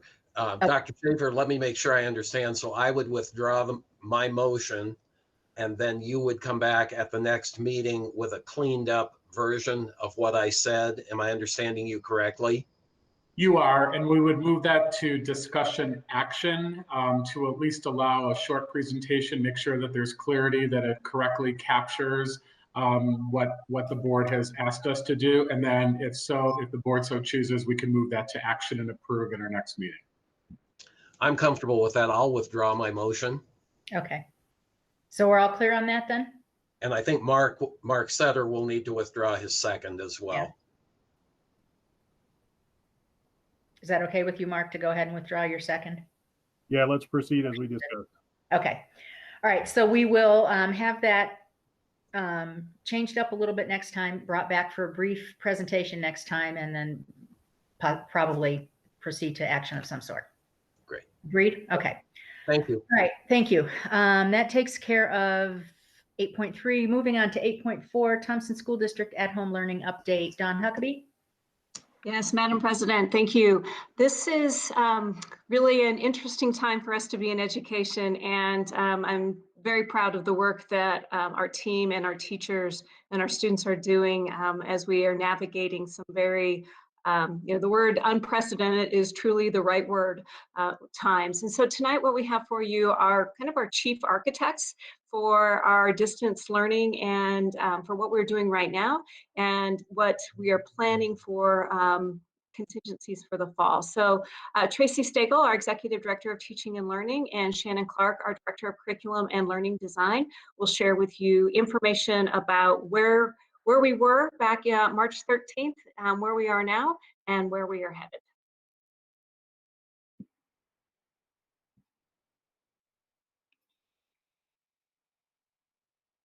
And Dawn, are you, oh, there it is, great. Thank you. Madam President, Dr. Schaefer, members of the board, I'm Shannon Clark, Director of Curriculum and Learning Design, and tonight I will be presenting with Tracy Stagel, Executive Director of Teaching and Learning, and we'll be talking about, as Dawn said, kind of where we've been these last few weeks and our ideas about where we will be going next. Our work and learning services, both currently and as we plan for the future, really focus on student achievement as well as the inclusive and supportive culture for our staff and students. So those are the two focus areas within Strive 2025 that we wanted to bring to the forefront tonight. So where have we been these past few weeks? I'm going to briefly cover where we've been since buildings were closed. We will give a brief overview of next steps after that. TSD Learns and the paper packets were really a stopgap to give activities to students and families as we built capacity with staff and tried to provide additional tech access to families. We use this time to really focus on enrichment and review and not jump straight into new learning because we couldn't guarantee that the staff was ready to do that or that the students had the access that they needed to do that. And so we really spent the time from March 13th to March 20th just getting people ramped up and familiar with some activities and beginning to build some capacity through modules as well as offering kids opportunities to get into those online settings for some enrichment and review. Next. So then starting on April 20th, staff began to offer new learning to students as well. We built out a variety of modules to support staff with resources regarding online learning and delivery. Schools also identified students and families who needed paper resources, and then those were delivered by transportation directly to homes. So this was the next phase of what we worked on, where new learning was then provided as far as next steps that kids were going to be engaging in. Feedback was starting to occur between teachers and kids, and we continued to ramp up the trainings and opportunities to really give staff the resources that they needed to embark in this different way of teaching. And now I'm going to turn it over to Tracy. Good evening, Madam President, Dr. Schaefer, members of the board. Really great to see all of your faces. We wanted to share a little bit also about where we're going. And while these are unprecedented times, the work that I'm about to talk about actually started back 2 years ago. So the document that you see here on the screen and in your board packet, that's actually a hyperlink into the document that is currently in a pretty good draft form. These are the Thompson educational expectations. This work actually started 2 years ago with a group of teachers and administrators, and it was rooted in this training that was called Modern Teacher, really paying attention to what a learning model could look like here in the Thompson School District. That then morphed into what we call this year the Teaching and Learning Focus. And you might remember that visual, it was a Venn diagram. And then over the course of the fall, when we were all still in-person instruction and working with and near one another, we started to talk about what the next iteration of that would be. And that's where the Thompson educational expectations came in. So we are paying close attention to the actual design of this. At the top, you'll see conditions for learning. That actually is the umbrella that goes over the other three pieces, which are learning design, learning delivery, and evaluations of learning. And we'll talk about each one of those here in a little bit. Next slide, please. Thanks, Dawn. So right now we are building and have been, every day feels like, quite frankly, 3 weeks. But we pulled together a group of about 90 people, and these TSD employees are involved in what we're calling TSD Prepared 3.0. And so of these 90 folks, we have classroom teachers, we have building leaders, we have specialists. We're also gathering feedback from parents and students and classified staff. We really want to make sure that we get this thing right, because this isn't just about this unprecedented time. This is about what we want good teaching and learning to look like, feel like, sound like over the course of time as we move forward here in the Thompson School District. Next slide. Thanks, Dawn. So as we're planning right now, we're paying attention to those 4 areas, and we'll highlight each one of those here in a second. But we're planning for different settings. And so as we know, right now we are entirely in what we're calling online learning. So that means that teachers are online and students are online. And we do have some students who are still accessing education through workbooks. But really, in the planning for the fall, we're planning for what might things look like if we were entirely online. We also know that in some of our classrooms over the course of the last couple of years, we have already been in what we're calling a blended setting, or online and in person. That's more true, I would say, at our middle schools and high schools, where students have been used to face-to-face instruction and then accessing perhaps some flipped learning through Google Classroom or through Schoology, turning in assignments electronically with feedback that they're giving to one another as peers, and then also with the teacher and student feedback that Shannon Clark just mentioned. So that's the hybrid and blended. And then, of course, our best possible outcome is that we will be back for face-to-face learning in person with a human grown-up teacher, specialist, special service provider, and human students in the classroom together. Because as we heard in some of the public comments, we actually do believe that we are social beings and it matters to know one another. That said, we are needing to take our direction from the health department and pay attention to those pieces. So it's a gargantuan task, and we are up for the challenge.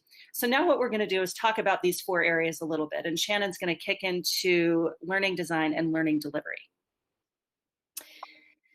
So I'm excited because I get to facilitate the group that is really looking at the expectations for TSD around learning design. So the what. This team will design best practices and expectations for designing learning in the 3 settings that Tracy had mentioned. We will look at how to plan for equity, differentiation, learning goals, collaboration, interdisciplinary approaches, and educational technology. We will address standards and evidence-based practices and how these impact design in all 3 settings, fostering students who are critical thinkers, communicators, collaborators, and self-advocates. So this statement around this group is really looking at what was highlighted in the model that Tracy had mentioned before, as well as the portrait of a graduate in Strive 2025, and looking at making sure that we're designing the what, really taking the time to plan for all of these areas before we jump into the actual instruction.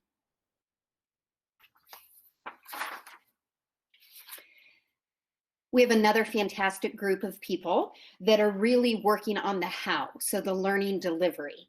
And so the learning delivery small group will provide a plan for EC12 through a suite of online tools and print alternatives, Chromebooks, Google platforms, Wi-Fi, printed materials, etc. The learning delivery will be based in best practices, be student-centered, differentiated, and meaningful for each student, ensuring that learning opportunities and access points are intentionally considered for individual student needs. So this is the, once students are in front of us, no matter how that looks, this is now the how. So we've planned for the what, and this is going to be the how. And those really overlap. As you'll see, all 4 of these areas really need to overlap and go together. Tracy?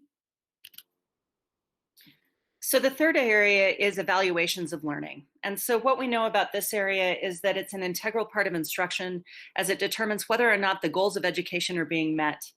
Evaluations of learning inspire us to ask these hard questions. Are we teaching what we think we're teaching? Are students learning what they're supposed to be learning? Is there a way to teach the subject better, thereby promoting better learning? Feedback plays a critical part of the evaluation of learning. Feedback can empower students, improve learning, and inform learning design. Bill Gates said we all need people who give us feedback. That's how we improve. One of our tensions this fall, or pardon me, this spring, has been around the grading piece of TSD 2.0, the current existence that we're in right now. And actually, over the course of this entire year, our high school and middle school principals and assistant principals have been engaging in some conversations about what we believe grading to do. And we want to make sure that our feedback is descriptive, it's moving learning forward, and that grades actually reflect what kids need to know and be able to do. And it's a demonstration of the prowess that they're actually showing. So those are some of the things that the evaluations of learning group is wrestling with right now. The fourth group is the conditions for learning group. And this is big work. And it actually started at the beginning of this year with all of our social emotional learning specialists and our SELP team. So this work has continued as we're thinking about the 3 different settings. And in conditions for learning, we want to say that TSD believes in a school and administrative campus that foster a welcoming environment, a feeling of hope, a sense of belonging, and a safe environment where students, families, staff, and community members feel supported and comfortable in their growth. Conditions for learning is the foundation of an effective learning cycle, as well as a critical part of continuous reassessment and adjustment throughout that cycle. So a lot of that language actually came from one of the statements and the work that the SELP team has done over the course of this year. So under all of 3 scenarios, as we think about what learning could look like in the fall of 2020, the Conditions for Learning team will collaboratively develop a plan to ensure students, families, and staff experience equitable access and inclusive learning conditions that contribute to student success with a focus on the following components: relationships, communication, engagement, which also includes attendance. So we're paying attention to that piece in the conditions of learning, prevention, safety, and environment. So really, these are the, when we think about the classroom, whether that's a virtual classroom or an in-person classroom, the way that students feel as they enter the learning experience, how that impacts their success, how families feel involved, those are the conditions for learning that we're considering. So what does that mean? Because that all sounds lovely, really good words, and this is what we're building. So if you flip back, or if you're looking on your screen, the circle good infographic that we've created, what we want you to do is think a little bit about that moving into 3D. So each one of those 4 expectations will include some clear teaching provided to the TSD staff. What we know is that when we have TSD expectations, just like in a classroom, if you have expectations, you need to teach what that expectation looks like, and then you need to practice it. That infographic will become 3D, and there will be tons of hyperlinks in it. And so that's some of the work that these groups are doing right now. So we've instructed these groups to think about, here's what we expect in TSD. Here's why. Here's what that means. And by what that means, here's what it should look like, sound like, and feel like if you're a teacher, if you're a student. And then here's what we expect you to do, you unbelievably amazing TSD staff members. Here's how to do it. And then we're going to have this overlay also of, and here are the professional development modules that you can access if you're feeling like you have holes in a particular area, or you just want to shore up your skills because you just want to always get better. We're all about continuous improvement. So we'll utilize resources to support each part of the expectation wheel. And those right now are including G Suite, iLearn Collaborative, which is actually a resource that's through the state of Colorado, which is awesome. And we're tapping some of that for summer school. And we'll talk more about that with you on the 20th of May. There are also some access points that we have discovered as staff over the course of this spring. We just keep using the word silver lining. There are tools that teachers are learning how to use because they've been sort of jolted into the 21st century. And I love to say that it's not that we're preparing kids for the 21st century. We're actually 20% of the way through the 21st century. And so we need to make sure that we're getting up to speed just like our digital natives are. So Seesaw is an example of that. Fuel Ed is the curriculum that we already use in Thompson Online, and we're accessing some of that for high school, summer school, and there are more of those. We didn't want to spend time listing, but we could. So this spring has really galvanized the collection of tools available to the TSD staff. And it's also done this really nice insistence on excellent collaboration with ITS and learning services. So we've really enjoyed that particular experience, and we're looking forward to more of that. So that's that slide. So those of you who really, thanks, Matt, for clapping. So those of you who have thought, well, all of those are really interconnected, you're right.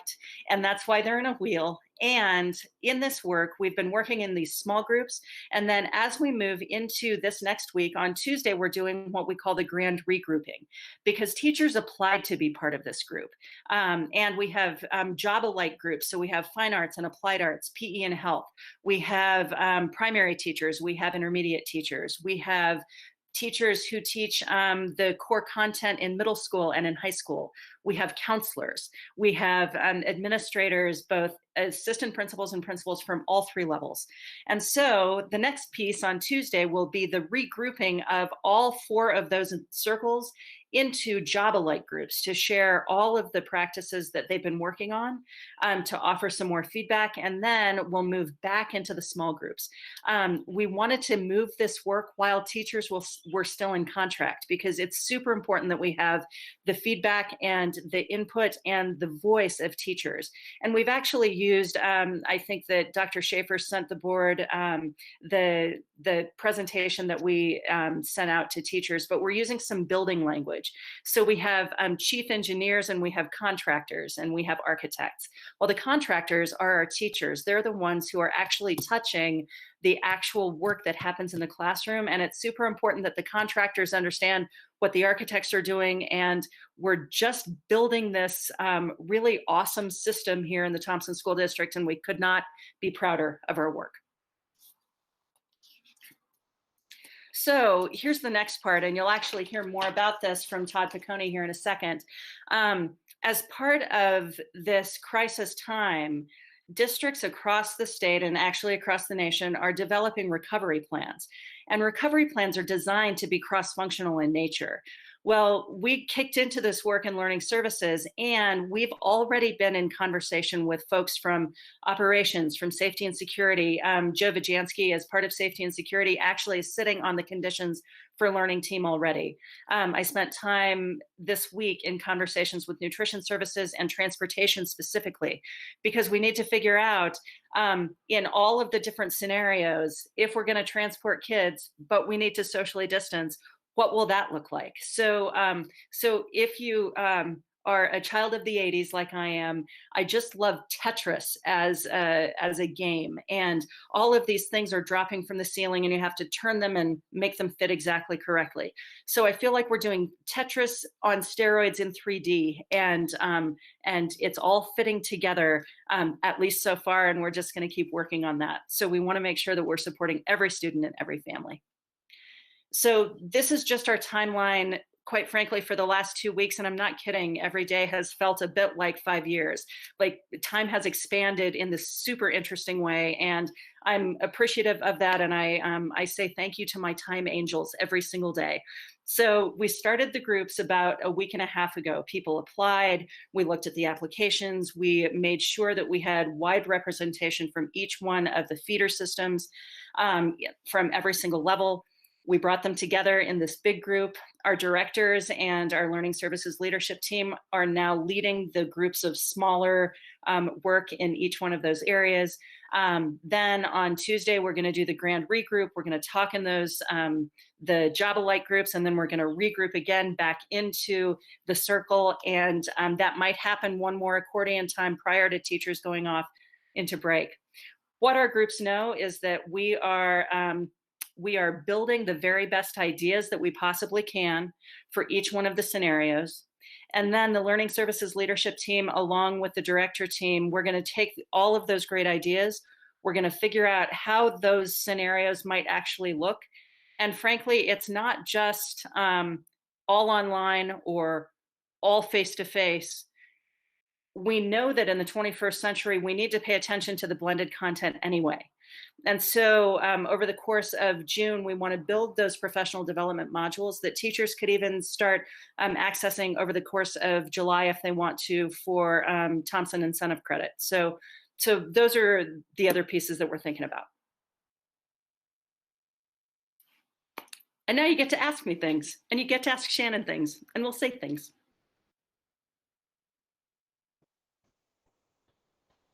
It's amazing work. Yeah. It is. And I did really appreciate the, I mean, I think you did most of it in this presentation as well, but I really did like how you explained it to the group in the video you had, and that was a great example. I think, so I love this, and as you said, it's amazing what's been done in a short amount of time, and that is true for every version that we went through since the middle of March. Like, it's just mind-boggling. At the same time that we are running full speed ahead towards the future, which I'm really excited about. I love the future that you've laid out. We also, I mean, correct me if I'm wrong here, but I think that some of our families just got content last week.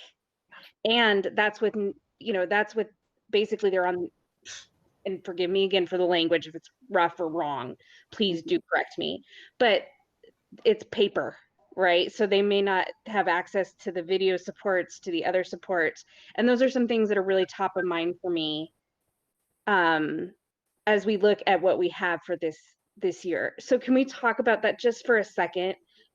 Because that's our reality right now. And that makes me very concerned when I think about the students that are without those resources or unable to access those resources. One way that I've seen it put recently is if we're grading anything, even just pass fail, we're grading equity and privilege.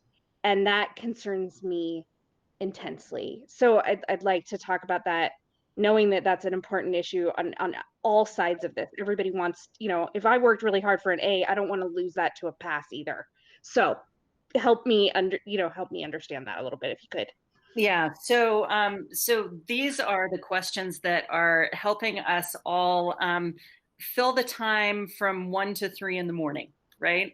There's an awful lot of time that we're spending just in these broken sleep moments trying to figure out how best can we really ensure equity and access. And so here are some of the things that we've paid attention to this spring, and then here are some of the things that we're looking at as we move from summer into fall. So the first thing was that we wanted to make sure that students stayed engaged. And so that was a piece of the paper and the workbook work. And the Student Success Department and Charlie Carter's team and Exceptional Student Services, they really paid a lot of attention, and we're continuing to pay attention to, there are students who don't have access. And then there are also students for whom computer access actually doesn't make the most sense. So when we think about our students who have significant disabilities, we also had some conversations yesterday about our students who are newcomers learning English, where we know that relationship is important and engagement face-to-face is important. I mean, we're face-to-face now, and it's not the same if you are just now learning English. So we've talked about that. We've talked about our primary students and what that could look like, because we're worried that, we're all worried about the gaps and how is it that we might fill those. So we have some exciting work that we're doing as part of summer school to make sure that we're filling those gaps. And one of those pieces is that summer school is free for anybody who wants to do it. And so with that, we have Camp Read, which is for students who are on read plans, who are already struggling with reading. And most of those students were already registered prior to school closure. And we're finding that most of the students are wanting to stay as part of virtual summer school. We were a little worried. We thought maybe parents would pull their kids. In fact, they haven't. So that's great. For the first time, we have K-5 Link to Learn. We have, and we're still working on numbers, and we'll have different numbers for you even on May 20th, because we're also paying attention to the possibility of some pairing and partnering with Boys and Girls Club, depending on whether or not Boys and Girls Club can find places that they can be face-to-face. So that's been a little tricky, and we're still trying to pay. We're keeping the hope alive that maybe we can figure some of that out. But we're doing some overlay of, here are the kids who have signed up for Boys and Girls Club. Here are the kids who have signed up for Link to Learn. Oh my goodness, many of these kids have not signed up for Link to Learn. My 2 staff members are calling these families and saying, hey, don't you want to do summer school? And the design of it is brilliant, because we're paying attention to, for our elementary kids, some of whom there has been a digital divide, how can we help them understand, what does synchronous learning look like? Because some of our teachers have done some of that and some of them haven't. So we're prepping them for what might happen in the fall, which we still don't know. And then we're differentiating the one-on-one work, paying attention to, and by one-on-one, I mean independent work. So if I'm a student on my own, how is it that I can build my own skills and I don't need the help of anybody else?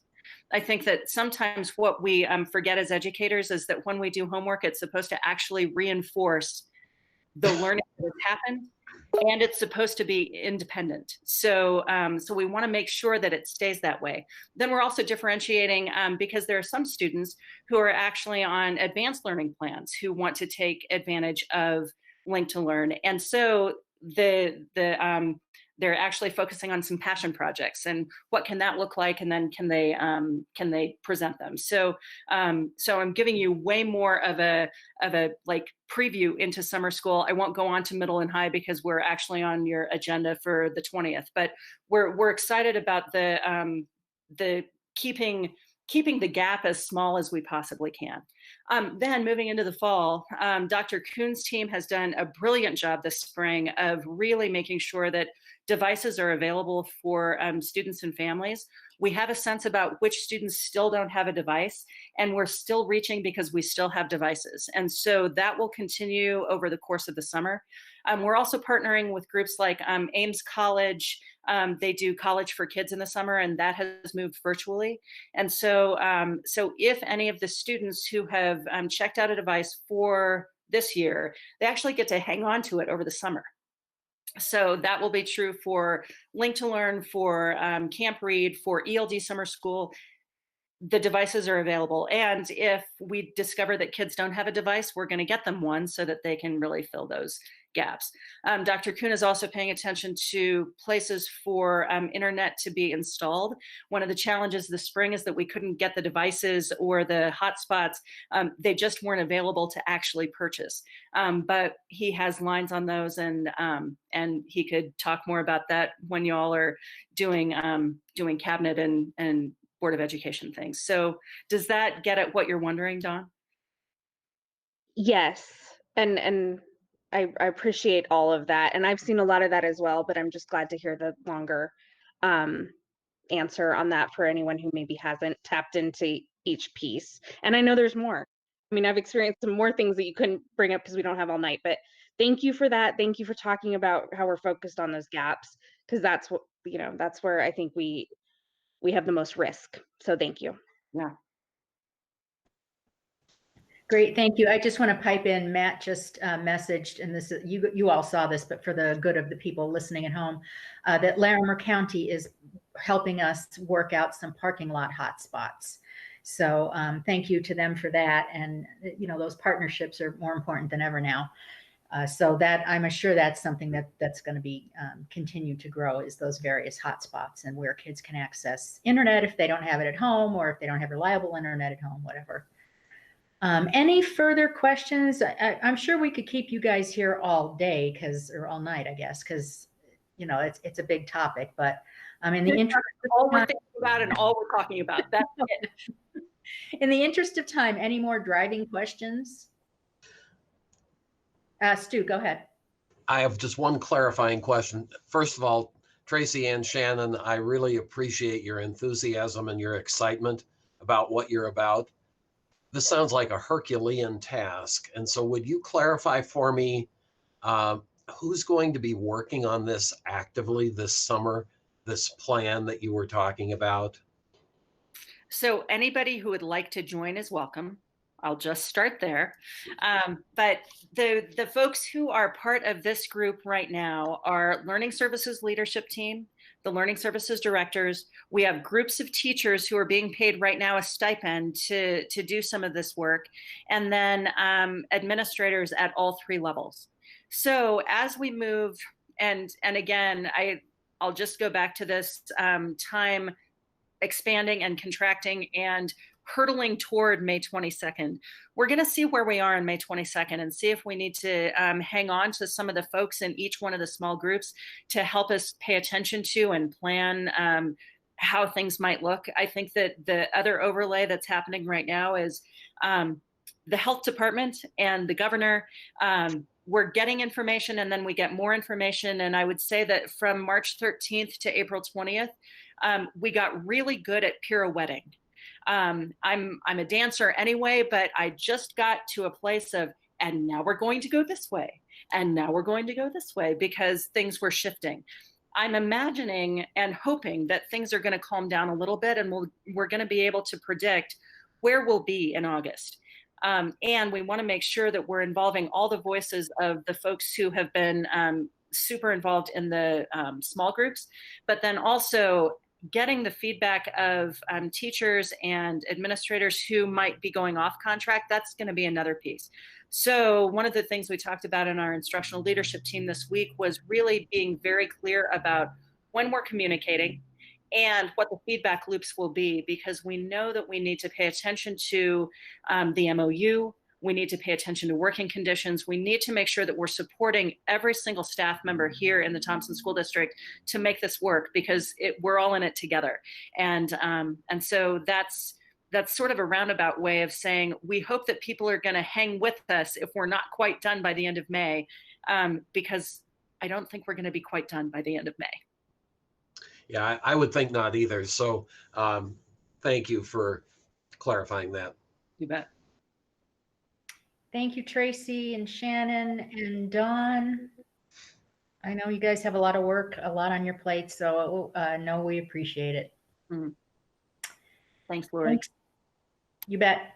Next up is 8.5 Thompson School District Recovery Plan Update. That would be Todd Piccone. Yes, thank you, Madam President, Board of Education, and Dr. Schaefer.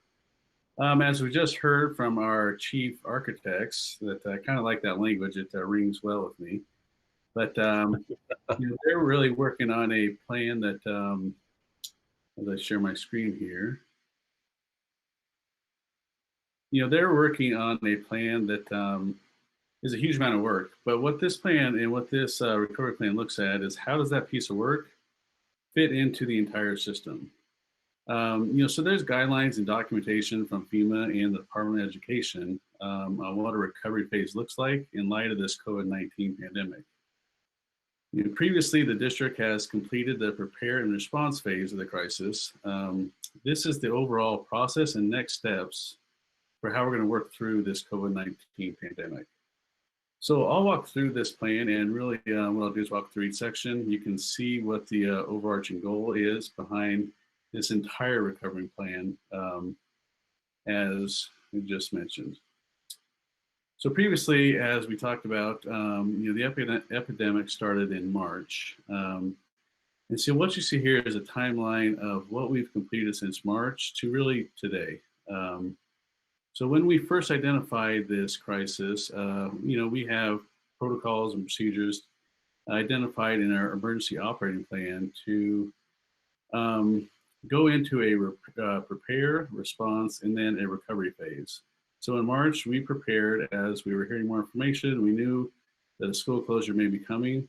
We prepared the entire district, and all departments for what does that look like if we do actually close down schools and this becomes a larger issue. So in part of the prepare process, what we did is created a response plan. So if this happens, then we'll do this. Each department really focused on, okay, if I can't do payroll and have everyone in the building, what am I going to do? How does it look like? What kind of remote access do I need? So as part of that prepare plan, a response plan was put in place. And that was activated really the first part of March when we all closed down and worked from home. So that's really what's complete. What Tracy and team talked about here is now the recovery plan. So what you see, and I'll elaborate on a little bit, is the 4 boxes below. But one aspect of that is academics. So now we're in the recovery plan. So we know what happened.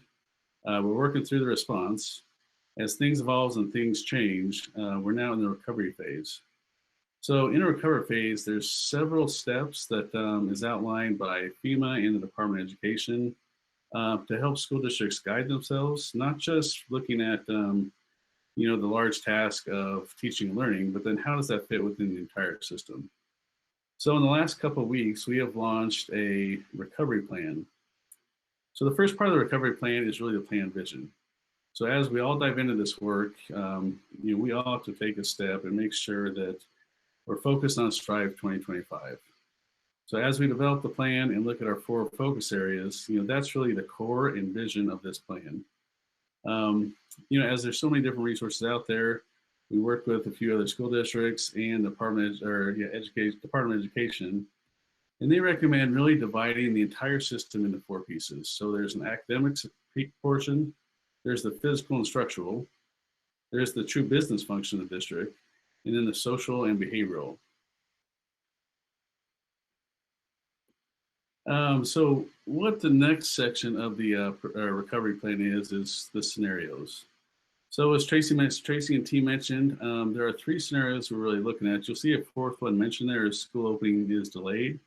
That's not really a viable option because as we're working with health officials, we are finding that this pandemic is going to go on. So delaying schools probably not going to be a true fix that we're looking at.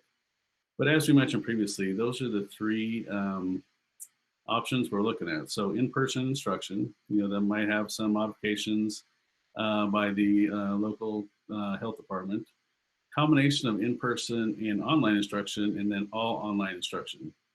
And part of our goal with these scenarios is to look at them as a if-then basis. So we're in constant communication with our health department, and as fluid and as quickly as things change, I don't dance, but I can be flexible. As fluid as this issue is, that we're going to work with the Department of Health, and they're going to say, if this happens, you're going to have to be flexible and maybe go this direction, or you're going to have to look at going to this scenario because this is something that is coming, or this is what we're seeing in the data they have on the pandemic. So the next section of our overall plan is scenario planning. So as you just heard, this is a huge task for all divisions, all departments, everyone to classified staff. It takes the entire system to make this work. So what this plan does is we meet once a week now with a core team that goes through, and we're developing these scenarios in detail. And as we started developing these scenarios, how do you really plan a scenario? This isn't something that a lot of us have done, or maybe some of us have never done.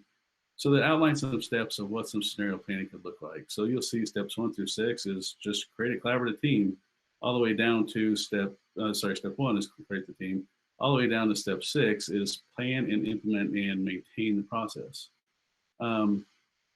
And the goal of this really is that all subcommittees are cross-functional. It was mentioned in the last presentation, but as important as one is, it really has the same effect on another department that we've got to make sure that cross-function really happens.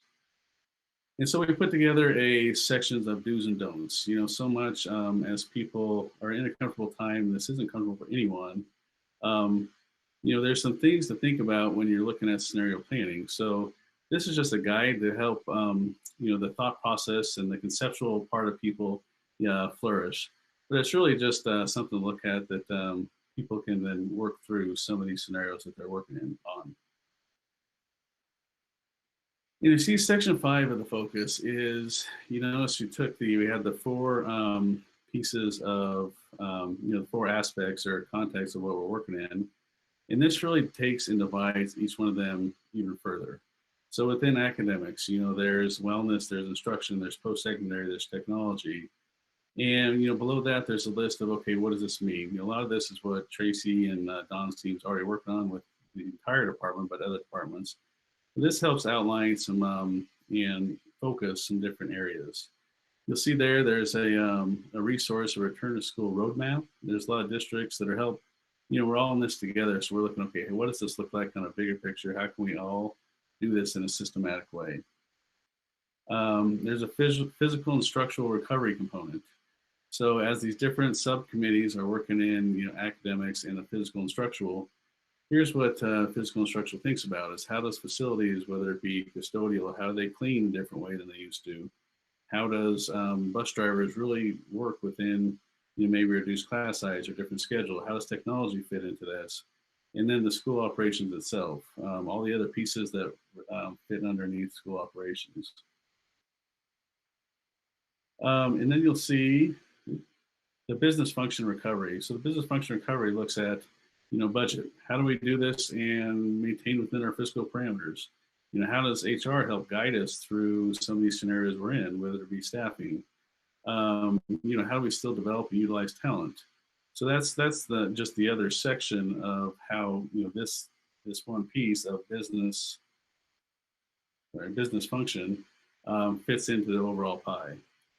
And lastly is the social, emotional, and behavioral recovery. So as we've heard before tonight, there's a concern and a lot of thought that needs to be put into the social, emotional, and behavior recovery.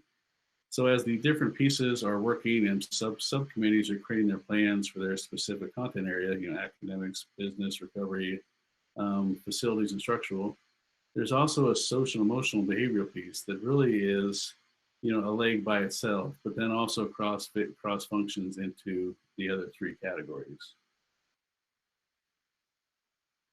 So what you see here is our actions and next steps. So really tonight was one of our action steps that we set for ourselves, and we made our first step. So the next step this week, we're actually developing the subcommittees and team leads.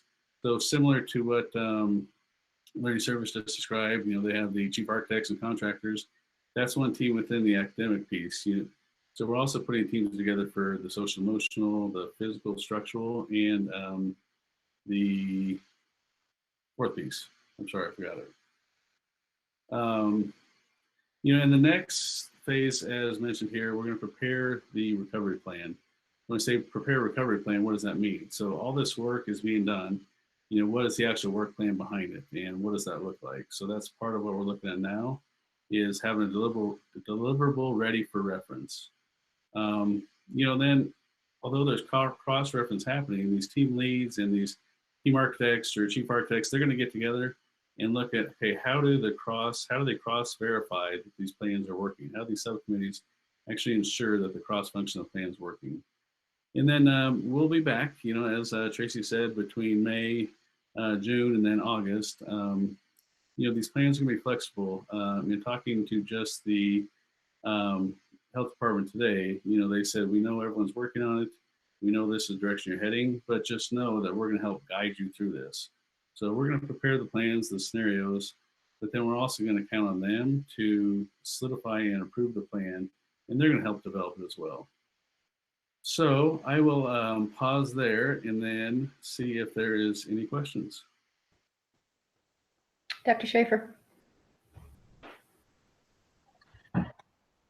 So before the board asks any questions, I just want to first say how proud I am of not only our previous conversation by Learning Services, presentation by Learning Services, but also Todd's presentation. The three things I really want to underscore that you hopefully are hearing from the work is this notion of interconnectedness, cross-functionality, and systematizing. For us to be a district of distinction, and we are well on our way, we need to make sure that we are all firing on one cylinder and we're working well together, that we have our transportation workers talking with Learning Services, that we have our nutrition talking with business services and human resources. So there's a lot of person power, brain power on the work that we're doing right now. And in light of our crisis, we're getting really good as an organization to be creative in our problem solving, to be super agile.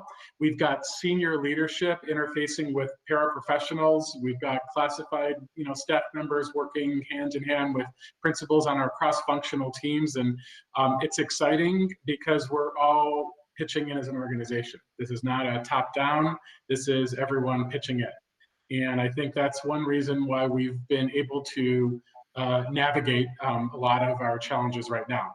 It's not perfect. You know, we've got a lot of work to do and there's a lot of opportunities, but given, you know, kind of, we're not victims here. You know, we're really, we're seizing opportunities and we're doing some pretty extraordinary work. And so I just wanted to give a special shout out to the team, you know, for a job well done so far.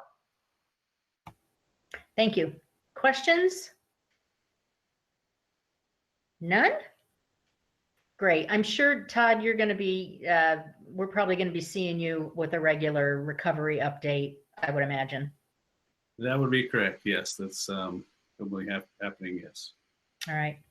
Well, thank you. Just to reiterate what Mark said, I know this is a this is a huge challenge for you guys, and you're up to it. So thank you. I appreciate it. It's been a great job. Thank you. All right. Take care. Thanks. Next up, we have. Take care. Thanks. Next up, we have 8.1. Okay.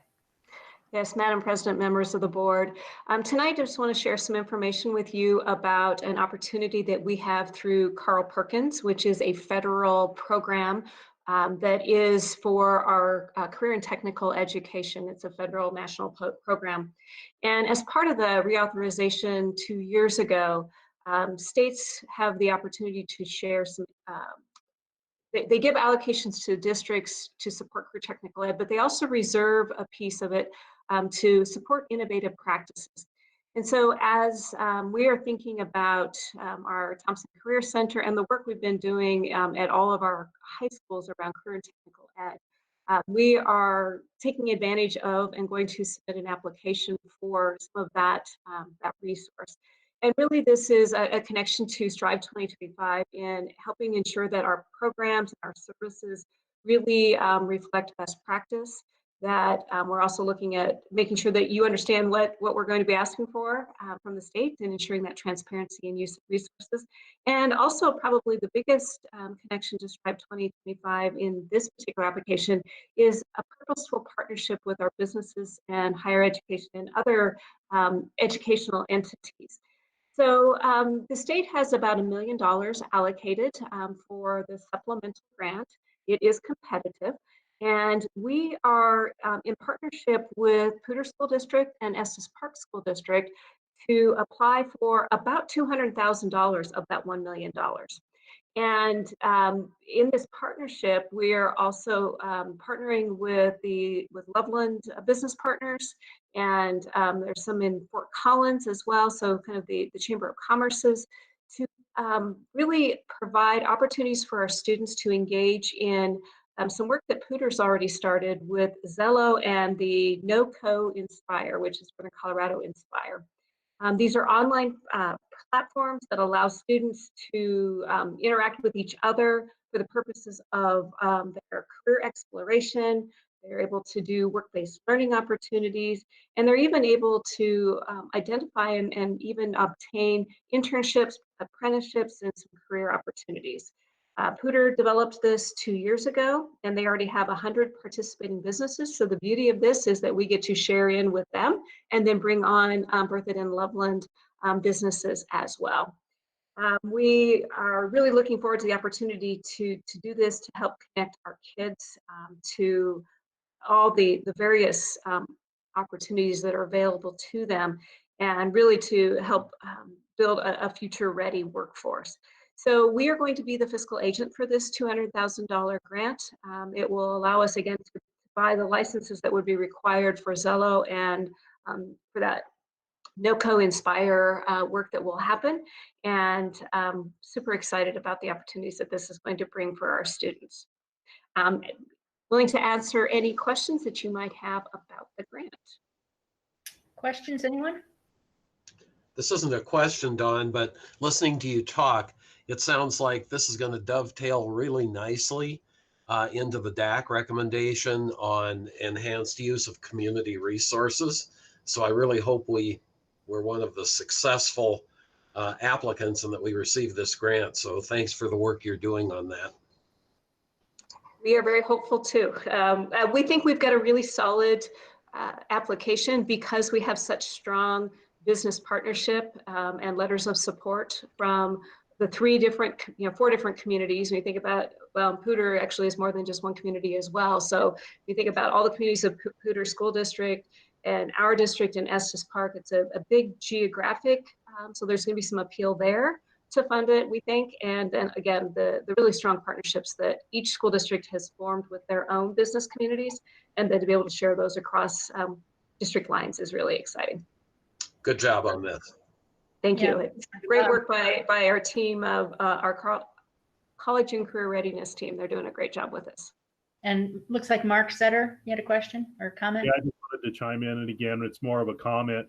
Fantastic job on finding this opportunity for our school district. I'm really excited about what we've accomplished this year as a district, going after the grants and looking at just how clean of a fit these grants are that we're going for, and how well they fit into where our district is going. It says a lot, and I'm really excited about the possibility. Yeah. And I know that the business community, the business sector has been really excited to have something like this in place. We've talked about it.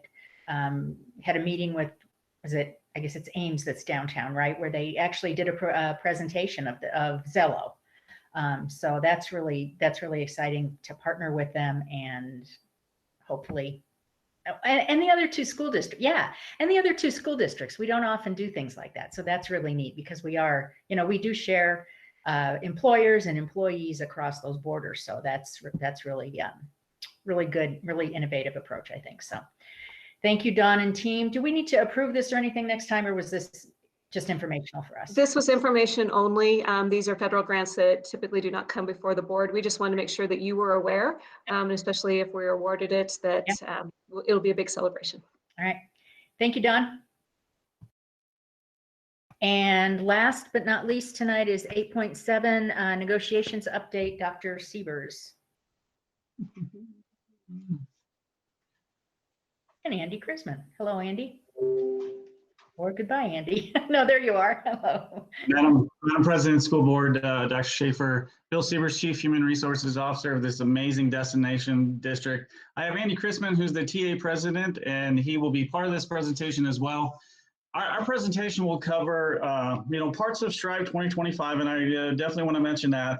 Focus Area 3 is human talent, and there's two parts in there where it says ensure recruitment and retention of highly qualified staff. And 3.3 is ensure the working environment reflects a positive culture and climate. And then Focus Area 4 is stewardship of resources, and I believe our presentation giving an update on negotiations falls in those three areas tonight. So a lot has happened from the last time we talked about negotiations. First thing I'm going to do is commend, I want to really commend our negotiations team taking a step forward and really negotiating virtually, because I know other districts, haven't felt comfortable negotiating virtually, but as far as the association, the board administration coming together and having discussions to kind of further the work that we're doing and really honor our students and community, and this is extremely important. So I'll give you an update. So negotiations team met virtually on Thursday, April 30th and Monday, March 4th to discuss critical questions and next steps.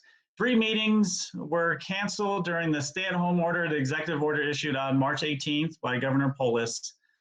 So having those meetings canceled March 30th, April 9th, and April 10th, we continued with the 30th and May 4th as scheduling virtual. And then the amount of work that we need to complete before the second board meeting in May, we scheduled two other meetings so far on May 12th, which is on a Tuesday, and on Friday, May 15th. Previous information that we presented, there's the members of who's on negotiation, and like I said, I really want to thank them coming together and continuing the conversation. Our conversation will circle around the 9 questions. I'll kind of give an update of where we're at with the questions, and then Andy, I'll turn it over to Andy, and he'll kind of talk about where we're at with our negotiations that we had on Monday. So question number one is how can we recruit and retain highly qualified and effective professionals? That question we got into the story and interest, and just a reminder for everybody at home that interest-based negotiations, there's 6 steps to it. First step is the story, second part is interest, third is options, 4 is evaluate standards and criteria, number 5, solution and agreements, and 6 is implement. And step 5 is the straw design. So that basically gives you an idea of us following interest-based, but there's times where we're using a compaction model with interest-based for the time that we have. Question 2, how do we structure time within the school day to maximize student learning and teacher effectiveness? That's a question we're discussing, and Andy will talk more about that one. Question 3, 4, 5, and 6. I'm not going to read all of them, just because we have a proposed suspension on those questions. For the amount of time that we have left with negotiations, we just felt we couldn't give the right amount of time to really get into those 6 questions. Plus the other thing about, well, those 4 questions, I apologize. But the important thing about the 4 questions is that hasn't turned into a priority now since the change after March 18th. It's definitely, 2 plus 2 had an opportunity to look at the questions and organize them in a way, what's really important with the environment we're in and what things can we suspend. The other conversation we had is coming together with a 1-year agreement instead of a 2-year agreement, just with a lot of unknowns, working on a 1-year agreement. So 4, 5, 6, and 7 are suspended. And then question number 8 and 9, we have possible tentative agreements around that, but we'll bring that back at the next board meeting to talk more about where our tentative agreements are with 8 and 9. And those 2 questions is when we negotiate it together as a team in one room and not virtual. So at this time, I'd like to turn it over to Andy, where you can talk about question 2 and some things we talked about on Monday. All right, thank you. Dr. Schaefer, Madam President, members of the board, I'm Andy Crispin. I'm a music teacher in the school district and I'm the president of TEA. We had 2 sessions. We had a session on April 30th where we went through the story, the what, the interests, the why, and some of the options around question 2, how do we structure time within the school day to maximize learning? And I really felt that session went well. We had a lot of back and forth. We talked about a lot of our shared interests and what we wanted to see happen with time. And then it almost felt like something shifted in the environment between Thursday and Monday. And as we were talking about straw design, which is step 5 in the process on Monday, there seemed to be kind of a constant pull and push between negotiating an MOU that works in a brick and mortar setting and then sort of these unanswered questions about, well, what does it look like next year? What does it look like next year? So if we're talking about time within the school day, what does that look like next year? And so we really struggled with the question in straw design for that reason, because we were talking about brick and mortar issues when really we were kind of preoccupied with what might happen next year. So we struggled a little bit with that, and we came up with some options. We did come to a tentative agreement around some dates for next year and some different things. But we're starting to think we may need to be doing some more work around suspending some of the brick and mortar discussions and passing an MOU for a year, and then talking about some specific things for next year and maybe codifying them into some kind of special agreement that would work for the realities of next year. And so we're going to start next Tuesday with some best hopes and worst fears around what that could look like, and start talking a little bit more about what it is we need to talk about to make sure that we have a solid agreement in place for the current reality.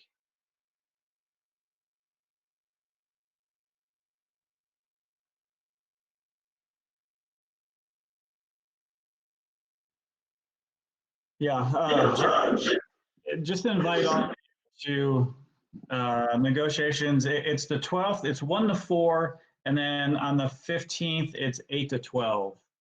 So that's in the memo at the bottom. It talks about when we'll have the times. But we'll turn over to the board right now if there are any questions that we can answer. Board questions for Andy or Bill?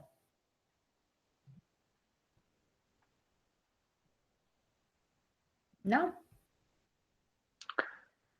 I will say that we understand that the legislature is going to convene. The current plan is May 18th, and we might not see a long bill from the legislature until May 18th. And our current agreement says we have to be finished negotiating by May 20th. So we may need to talk a little bit about that, and if we want to wait, extend negotiations until we have some harder numbers from the state to talk about. Bill? Yeah, and we'll keep you updated at our next presentation I know that's the second meeting, so as we progress next Tuesday and next Friday, it gives us a better idea of where we're at. But the sole focus right now would be the compensation part. As far as time and working conditions, that's secondary right now. There's some things we need to clean up in the MOU, like dates and things like that. But small tentative agreements we have are what 10's week would look like. Teacher induction is going to look entirely different those 3 days. The new teacher orientation, it's we're planning that it's going to look virtual. So that's something going to be a little different too. So there's planning around that. And then parent teacher conferences, we talked about that in 10's week. So those are small things that clean up in the MOU that has to do with times and dates. And if there's an issue with hearing from the legislature, if they go past that May 20th date that we need to finish negotiating, that's just an agreement on both sides to extend that if that needs to be done. Is that correct? Correct. What we would do is we would, depending how next Friday goes, where we're at, we would have a discussion about an agreement that we could bring back to the board for discussion to either extend to the first board meeting in June or the second board meeting in June, but come to some type of agreement before we go into the summertime.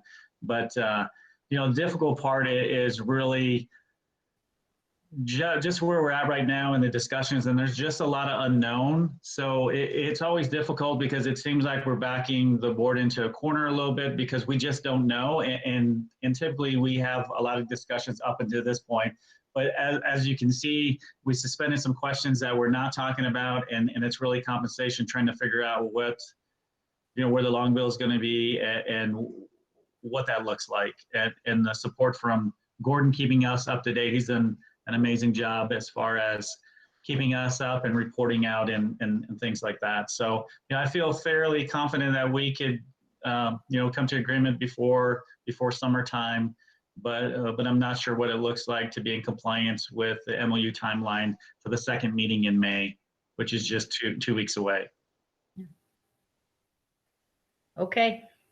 Any other questions, board, for either Andy or Bill before I let them go? Thank you, gentlemen. Thanks to the whole negotiations team. Take care. All right. I believe that was our last item.